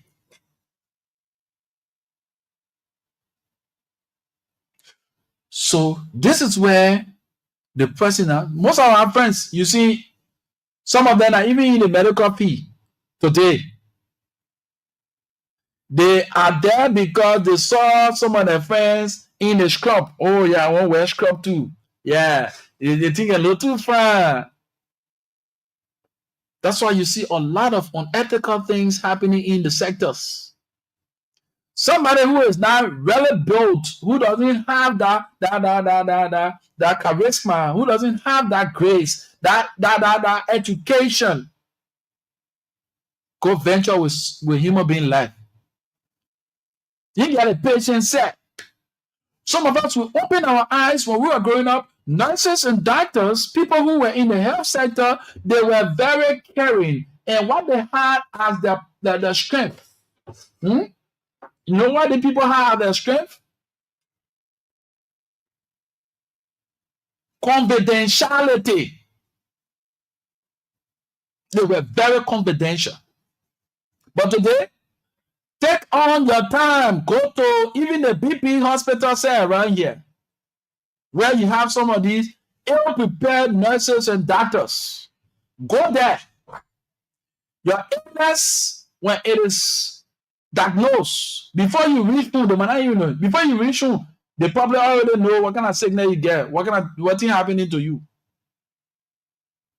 Confidentiality is no longer in our sector. People used to go to hospital. Sometimes if your hair heightens, you would love to go to the hospital because the care and concern that will be shown you would love to go and do your checkup every time to the hospital. But now people are shying away from going to health centers because that place has become so toxic. The place has become so toxic. You know why it's toxic? Because ill-prepared people preparing ill-prepared students. The place has become so toxic. They just talk to you anyhow. That person is at the point of death. They went out to seek relief or resuscitation. And let me say to go get better. Oh. Let me say to get saved. Just lay down on that side. Don't not give me hard on you. That word alone breaks the person down. That word alone can break the person down. A lot of the deaths that are occurring from the health sector, from the health centers, some of the illnesses are not something major, but because the people don't know how to talk to people, the people don't know how to carry on their duties and responsibilities, that's why you see people just die the way they die. Though the sector needs revamp, the sector needs to be overhauled, the money need to be placed in that sector, because when a man is not healthy, how can he carry on his roles and responsibilities in society? So that's why we call on government to prioritize these major sectors: the health sector, the security sector, the educational sector. These are major sectors. When these sectors are not up to date, what happens? The country stands at risk. That's why you see most of you, because you are the hem of power, you got money to fly, you got ticket to buy, to fly out of here when you get sick. The place that you are going to acquire the health attention. You think how the people build a system? You think how they got to where they are? They put systems into place. They put money in their budgets to sponsor their system to what it is. So you should understand this. That's why I kind of say, but then what these politicians are all selfish kind of people because you got money, you can fly out a year. So you don't care about revamping the health sector. But will you always be at the helm of power? No. Power is like a crude canoe, equipped to capsize. Today you are the helm of power. Tomorrow you will not have that opportunity. So where will you go? Where will you take the money to buy a ticket to fly to Ghana? The Ghana that you run into. Have you come to understand that the leadership of Ghana put more emphasis on the health sector and they are building the system? Why can't you do same? Like I continue to emphasize on work while it is day, when that time and no man work. Now you have the opportunity to work to better the system. Do it. Because there will come a time that you will not have the opportunity. You will benefit from what you have done. While you are a young man or a young woman, prepare yourself for your old age. While you have the power in your hands, prepare for the time that you will be out of power. Because at the end of it, when you fall sick, we won't want to do GoFundMe. You can just go to the JFK, and the JFK will diagnose your case, and you will be treated adequately. We now have to do GoFundMe for you to fly here, Ghana, or go India. Your India will be right in Liberia. Your Ghana will be right in Liberia. Kolubu Hospital will be right at JFK or the Redemption. We have seen these things, and we continue to see our people living in error. You criticize other people for doing the wrong thing. Now that you have the power, I don't know power blinding these people. You criticize the man. Oh, you're not taking care of the health. You're not taking care of the health sector. You're not taking care of the educational sector. Now that you have the power, what are you doing to better the system? You must get involved. Better the system. Have you come to realize the last time I went at the JFK, I felt so bad. Go around the TNMA area there. You will get to know, oh man. Amidst the challenges, I must say, there are prospects and gains. There have been some level of work done to a certain extent, but we can do more than that. The place our nurses and doctors go to acquire knowledge. Go and see the dormitory of our nurses and doctors. Go and see the TNMA. There's no adequate documents there, tools there for them to work with. They do not have the adequate environment, the enabling environment to acquire the knowledge that is required so that they can save lives. It is not there. But we have a politician, we put money in the budget where one man who doesn't know his right from his wrong, he goes to a position as a senator or as a representative, as a minister, he takes bulk of the resources, monies that he doesn't even deserve, she doesn't even deserve.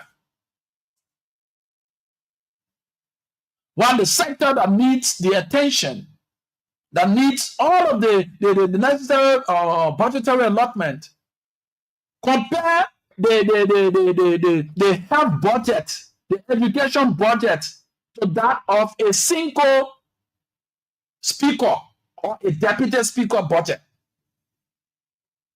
One man for an entire country health sector.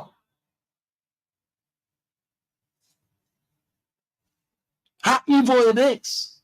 But we as the young people, we sit there and champion the cause for these people. We take the bullets. Oh yes, I'm a mentor. Oh, I'm a leader.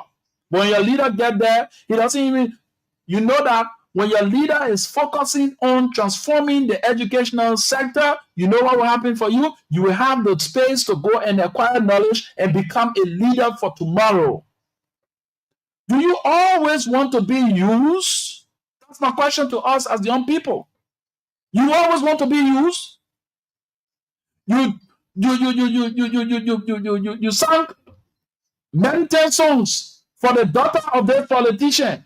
No, the father of this politician, the father failed up. The daughter came in the picture. You still chanting slogan for the daughter. The daughter has born her son. The daughter is aging. The son has taken over. You still chanting slogan. Is that the kind of life you envision for yourself? If you think that's the kind of life you envision for yourself, I want to say you are on the wrong path. You know why they do these things to you? Because they do not want you to develop. When you develop, you will not stand and be chanting slogans behind them. That's why they strangulate the system so that you cannot have the enabling environment to develop yourself. We have good doctors and nurses here. Amidst these kinds of bad reports that are coming from these sectors, we still have good ones amongst them. And because of political alignment, because of political attachment, the people who have acquired the knowledge and have all of the expertise, they have been sidelined and just by the wayside. Where people, because I have an association with the political party that is at the helm of power, so they gave me a job over the person who knows the do's and don'ts of the profession. That's what's happening in our country. That's happening around us here. So we talk about civic engagement. The young people can get engaged and you can contribute as a young person through civic engagement. We talk about entrepreneurship. This has to do with a significant portion of the young people population engaged in informal sectors. Fostering entrepreneurship is vital. The environment needs to be created that the time you take to go stay and say, I will say, my mentor, my leader, you can be acquiring something for yourself and putting one and two together for your future. Some of you 35, you still say you say youth, you're an adult.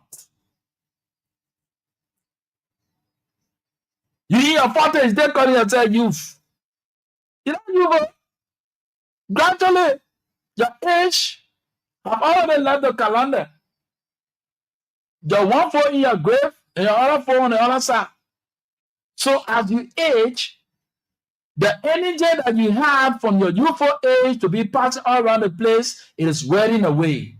Gradually, the body is deteriorating. What can you show to the children that you are bringing up? What can you show to that child that you have intercourse and brought forth on the face of the earth? What can you show to that child that you as a father, your legacy, what are you leaving behind? Say, my daughter, I'm going on to hustle. And I hate to say hustle because the word hustle has a negative connection. Hustle is not a good word. Go and check it up. Hustle is not a good word. You need not to use it. When you're talking about positivity, don't use the word hustle because it has negative attributes. I'm going there, I'm going hustle. Then you go, you chat battle car whole day. Then the man look at you, he gave you 29, he gave you $5. So you didn't even get rock. Then you all around the place calling babies that you can born, you call in there, man. That's the kind of life you want? To be begging all around the place for handouts? Where they need to create the enabling environment for you so that you can be able to make ends meet? Is that the kind of life you want? Young people at the level of the university, you just get involved into gangsterism, and at the end of the day, when the university fees high for you and put you outside, then you say, I'm a graduate of university this, I'm a graduate. What can you show? What's the moral rectitude you have? What example can you show? You are morally bankrupt. Militancy is not the way. Countries, yeah, you say that how our leader can understand. You got to be very pragmatic. You have to be very, very, like people what they can use. But you will not always have the time. You will not always have the space to do those things because it is time consuming. Time is of the essence. The time you take to be passing behind one man, you should be sitting in some kind of vocational school acquiring knowledge. That's why I found on those leaders that politicize after our crisis, that politicize the DDR process. Those who politicize the DDR process and personalize it got our country to where it is today.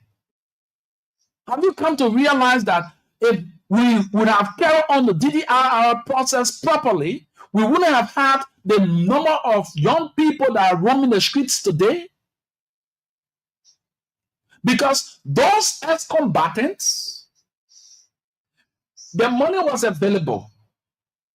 The skills should have been available. So what happened here? They play with the money and brought little opportunities to our brothers. And some of our brothers they did not even take advantage of it. That's why you see most of you now, because you had the urge for education, you had the urge to develop yourself. You saw the DDR process. You did not fight war, but you saw the DDR process as a means of acquiring knowledge. So you got involved. You took arms and went and disarmed. You bought arms and went and disarmed. Have you gotten to know that you have put yourself on the map in a negative fashion? You did not hold arms. You did not fight the war. The DDR process was intended for people who fought the war, to rehabilitate them and reintegrate them into society. But because of the same leaders' action or attitude towards the general public, you say, since they were providing educational means, let me take arm, so I go disarm to get the benefit of the doubt. That's why some of you, when you go to embassy, the records are there. They can turn you down because you have your name on that listing as an ex-combatant. Some of you have forgotten, but the people can forget. So that's one of the secrets here. Anytime you go to embassy, they tell you that your name is in the archive as an ex-combatant. And you need rehabilitation. You need to be reintegrated into society. So the people don't want you to go and polarize the environment, so they will always turn you down. Some of you have been banned from going to certain places. You see that? So if these leaders were in the best interest of the citizens, most especially you, the young people, what's going to happen? They will create programs such as youth opportunities projects that will provide training and resources for young entrepreneurs, that will enable them to create jobs and stimulate the economic growth. Yes, I'm so proud of our young sisters who are now taking the mantle by the space and getting involved into business. Yes, they're getting involved into the petty trading and all the stuff like that. Some of them have a large scale business and all the things. They are getting involved. Their eyes are now open that they cannot just be around here with their bodies being used and misused and abused, or because they want to have 1 or 2 cents in the purse or the lapa nose. So they get themselves involved into this petty trading and all that kind of stuff. You think if the enabling environment was created where jobs, opportunities for young people, you think who get time for government job? Who cares about where the other representatives say or the other senators say? After the war and all these kind of messy things, people now focus on government because these people that are in government, they have created the channel through which people should see governance as the only means of survivability. We open our eyes on seeing the private sector as the place to go and make money. So when you are coming in government, you going for government job, you are going to give back. You are a servant. That's why it says civil servant. You are a servant. You are not going to enrich yourself, but you are going to give back to your country. You are going to give back to the society. Void of corruption. But you know, the whole thing now, you strangulate the private sector and make the government like the only means that you can survive. And the worst thing about us, because our minds are not developed, so we make people who should not even have the thought, or who never had the thought as per standard to be where they are today. We have given permanence to people who permanence is not even due. All because of our ideology, our low level of thinking. Oh yeah, the man brings fufu, the man brings rice, that put the man there, he will do more for all. And these are the people that are doing the worst thing. They are an embarrassment to the country. They are an embarrassment to even the districts they represent. You make people who shouldn't be having that kind of prestige. They look at you, tell you anything. They desire your fate. Come on. So entrepreneurship, civic education, or civic engagement are two thematic areas that the young people should be involved with, so that national growth can be seen.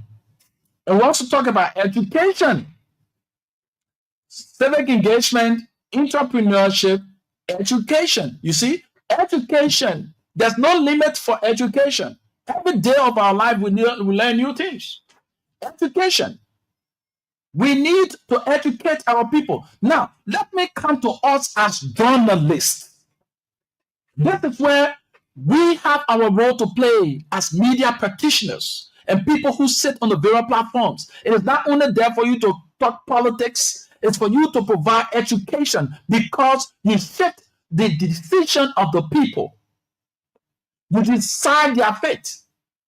You create the environment through which they can decide in how to live and move along the way as the day comes and go.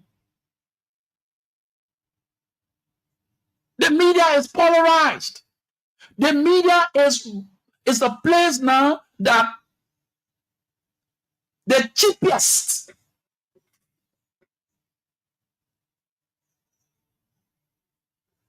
can gain permanence. Because of the lack of ethical standards. There's no standard any longer in the media. There's no standard. Social media have made it even worse. I got my smartphone, I get my tripod, I can talk, I got strong connection, I go to 1 or 2 press conferences.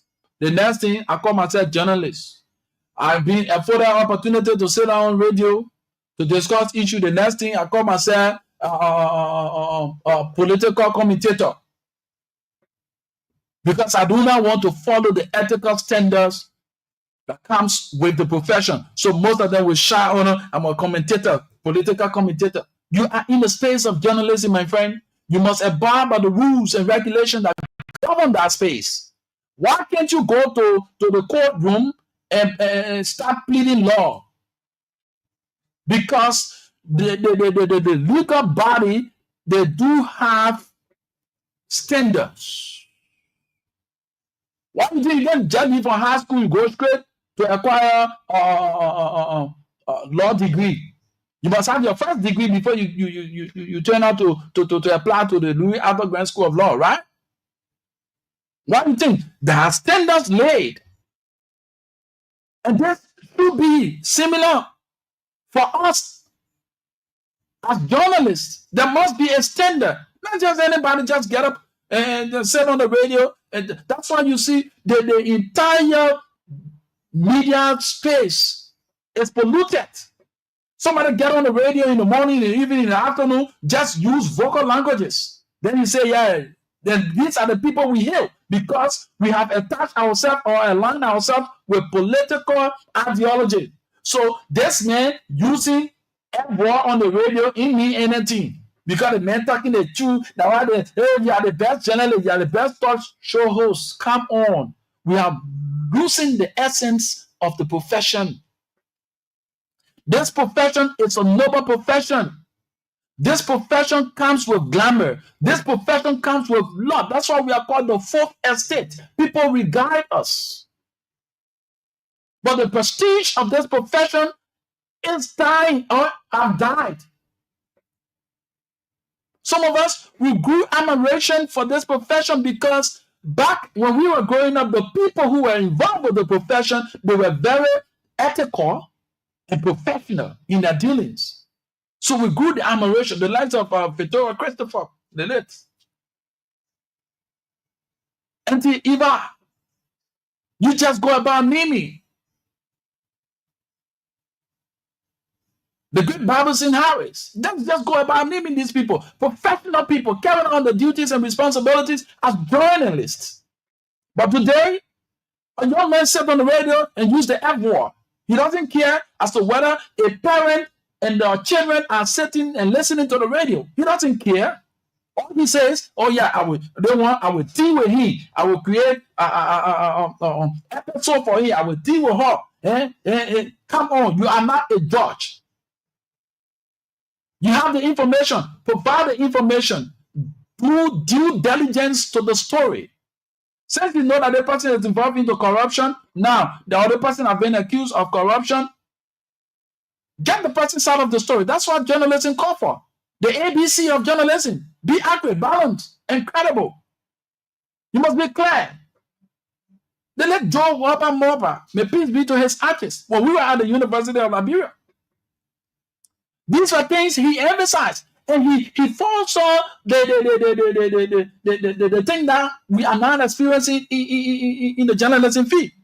And he spoke about it. He said, some of you that here want to pass through the window and don't want to go through the tunnel, you will be a serious disaster in the media. This is what we are experiencing now. He's dead and gone. But we still remember those words. We still remember those words. Ellie girl, how you doing? We still remember those words. Let us come to the point to understand that the media plays a pivotal role. Who told you in Ghana and other countries there are not tough things or things happening? Nobody say you must be a praise singer. No. But we must be articulate. We must play the role that we are ought to play as journalists. So let me read for you. I will come back to this point. Let me read for you our creed. Let me read for you our creed. The journalism creed calls for this, and it states, I believe in the profession of journalism. I believe that the public journal is a public trust, that all connected with it are to the full measure of their responsibility trustees for the public, that acceptance of a lesser service than the public service is a betrayal of this trust. You know why they said that? And it goes to you who find yourself in a journalism space and call yourself political commentator. You do not want to be identified with ethical standards. So in as much you are practicing what the people who acquire the knowledge to practice, you are also referred to as a journalist. So you must abide by it. You are connected to the field. So you must abide by the rudiments of the field. And I want to say, I believe that clear thinking and clear statement, accuracy and fairness are fundamental to good journalism. I believe that a journalist should write only what he holds in his heart to be true. I believe that suppression of the news for any consideration other than the welfare of society is indefensible. I believe that no one should write as a journalist what he will not say as a gentleman. That bribery by one's own pocketbook is as much to be avoided as bribery by the pocketbook of another. That individual responsibility may not be escaped by pleading another's instructions or another's dividend. You see that? You see that? This is where we are. This is where we are, my people. This is where we are. So these are things. When we buffer these things, when our country is in a state where people don't regard the truth. They go for trivial things that the Bible will say the people have itching ears, going after messages that will suit their lust. That's what's happening to our society today. We see the good as bad. We see the bad as good. You have somebody misusing the airspace. Then you heal them. So we talk about education, the level of education. So we need to invest in education. Essential empowerment for youth is education. Their skills. When they acquire the education, they become competitive for job market. Oh yes. You see that? Look what happened. And thanks to the president of the University of Liberia for her stand. What is happening there at the University of Liberia now is commendable. And lastly, environmental initiatives. So I told you we are focusing on 4 thematic areas where national growth, where national growth can be seen through the contribution of the young people. When these young people are involved with civic engagement, entrepreneurship, education, and environmental initiatives, we see growth in the nation. We see prospects in the nation. So without that little bit of time that we have in our favor, the lines are open. 0770-378-566, 0778-665-073, 0887-105-105, 0778-665-073 are numbers to call if you want to chime in on the topic on the discussion. We are looking at the impact of the young people in national growth. What can we do as young people to transform our nation? Yeah. So 0887-105-105, 0778-665-073 are numbers to call, or you leave your comments on the live feed and they will be read out. Thank you so much for joining John Kesse. John is following us. He's part of our team. We appreciate your following as well. John says, good morning, boss. Happy pre-press freedom day. I'm watching from home. Okay, he's there on the 12th Street. Yeah. Another one again on the 3rd, right? Express Freedom Day. What kind of message we can carry out to the public again? The watchdogs who should be watching the public. The public is not watching the watchdog. So the lines are open, folks. 0887-105-105, 0778-665-073 are the numbers to call. That's very interesting, my people. Environmental initiative. Young people need to get involved. We are in the community. You see, that's what I want to appreciate my friends there at the One Matadi Festival that is shortly to kickstart on the 10th to the 14th of May. That initiative is very commendable, where the folks were gathered, clean the community, bring together young minds, bring together the elderly, the younger ones, under one umbrella, and showcase that unity. Bring forth that admiration for positive change. So the One Matadi Festival begins on the 10th and will be climaxed on the 14th of May. So if you haven't gotten your t-shirt, you can get your t-shirt from the team. Yes, it's very good that we do that. In other communities, you can get involved with that too. Establish such a homecoming event that will bring the young people. Go in the communities nowadays. Places that some of us who grew up, we were born. I was born in the Gardnersville supermarket area. Today, when I go to Gardnersville, I buy my hair down. Because the things that we expect to see in Gardnersville, we are not saying that bulk of the young people have turned out to be bad. Bulk of the young people have gotten themselves involved into all sorts of things. It pains me to see my young friends in that state. All because politicians have engulfed their minds with bad politics, and they're not seeing the reality for the growth and development. Oh, yes. This business is all time bound. We get our final commercial commitment. When we come back, we wind down the curtains on today's edition of The Positive Show. The truth helps those on the positive side. The truth hurts those on the negative side. I'm not moved about the barrage of calls or the lack of calls. The message must go forth. The one who has ears will hear, and there will be transformation taking place. Yes, it's not the multitude of the people, but the faithful few that will take the message with them is what I believe in. Oh, yes. We need to transform our minds and our society. As young people, we have a daunting task.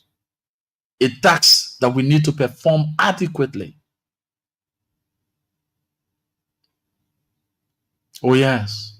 I don't want to be the best talk show host. Yeah. And I dare saying that causing people, then coming best. No. That's unethical. If I will not be recognized for the little good and the impact we try to make in the society by enlightening the minds of the people in a positive direction to create love for country, if I will not be recognized for that, blessed be the name of the Lord. But our upbringing, our moral values and principles that we acquired while we were under the supervision of our parents, that legacy will continue to live through us and live with us, will impart others to live in that line. Not everybody doing it, make it right. No. When it is wrong, it is wrong. Not because multitude of the people doing it makes it right. Not because other people causing people sit down on platform and cause people, so I'm going to sit down there too and cause. No. We need to do what is right. Posterity will judge us. Is it going to judge you in the negative or in the positive direction? So our commercial commitment, like I said, is next. And then we call it a day upon our return from our commercial commitment. Support! We foster win. Every win is yours. Own it. The Mama Community League is back, and this time it's about on the field and love in the stands. 16 communities will battle for a grand prize of 300,000 Liberian dollars, while the second place team will walk away with 200,000 Liberian dollars and third place 100,000 Liberian dollars. From Jacobstown to Logantown, Barnesville to Clear Street, Kingrave to Nukutown, Simple Bridge to West Point, Old Road to Congotown, Kingrave to Bentletown. Oh my Pape, my Crowder Borneo, oh my real junior, they lead it for y'all. Come and support your community. This is modern football. It's pride, it's passion, it's power. The People's League, Mama Community League is here. So come out, wear your jersey, bring the drums, cheer the loudest, and support your community. The Mama Community League It's for the people. Powered by Lone Star South MTN and the Liberian Football Association. Many thanks to all of you who follow us on our live feed. Let's single them out quickly. John Kessler joined us. We say thank you so much for joining. We say thanks to Ellen McGill for the 11th Street Sinker. Say good morning, Rufus. Thank you so kindly. Agatha G. Mann joined us from Virginia. Thank you so much. Agatha Jackson C. Punin, who joined us from Iron Factory Black 13. We say thank you so kindly. Richard G. That's Richard God. Win in everything. Richard Tupa, thank you so much for joining us. We also say thanks to Josephus, Tawan, Great and Wise Zoga. Thank you so much, Josephus, for joining us. We appreciate you. And all others who listen, you play your listening role. We appreciate. Do join Pam Foma and John Kessler on tomorrow when they will be here to conclude this week presentation of The Positive Show. My name is Rufus Divine Cannon. I lead and other follow. First among equals, of course, I'm destined for greatness, and I always leave you with these words. Two things in this life you always be remembered for: the problems you create and the problems you solve. And we must take responsibility of two things in our lives: our fortune and that of our misfortune. Have yourselves a wonderful and God bless day. Follow the rest of our broadcast.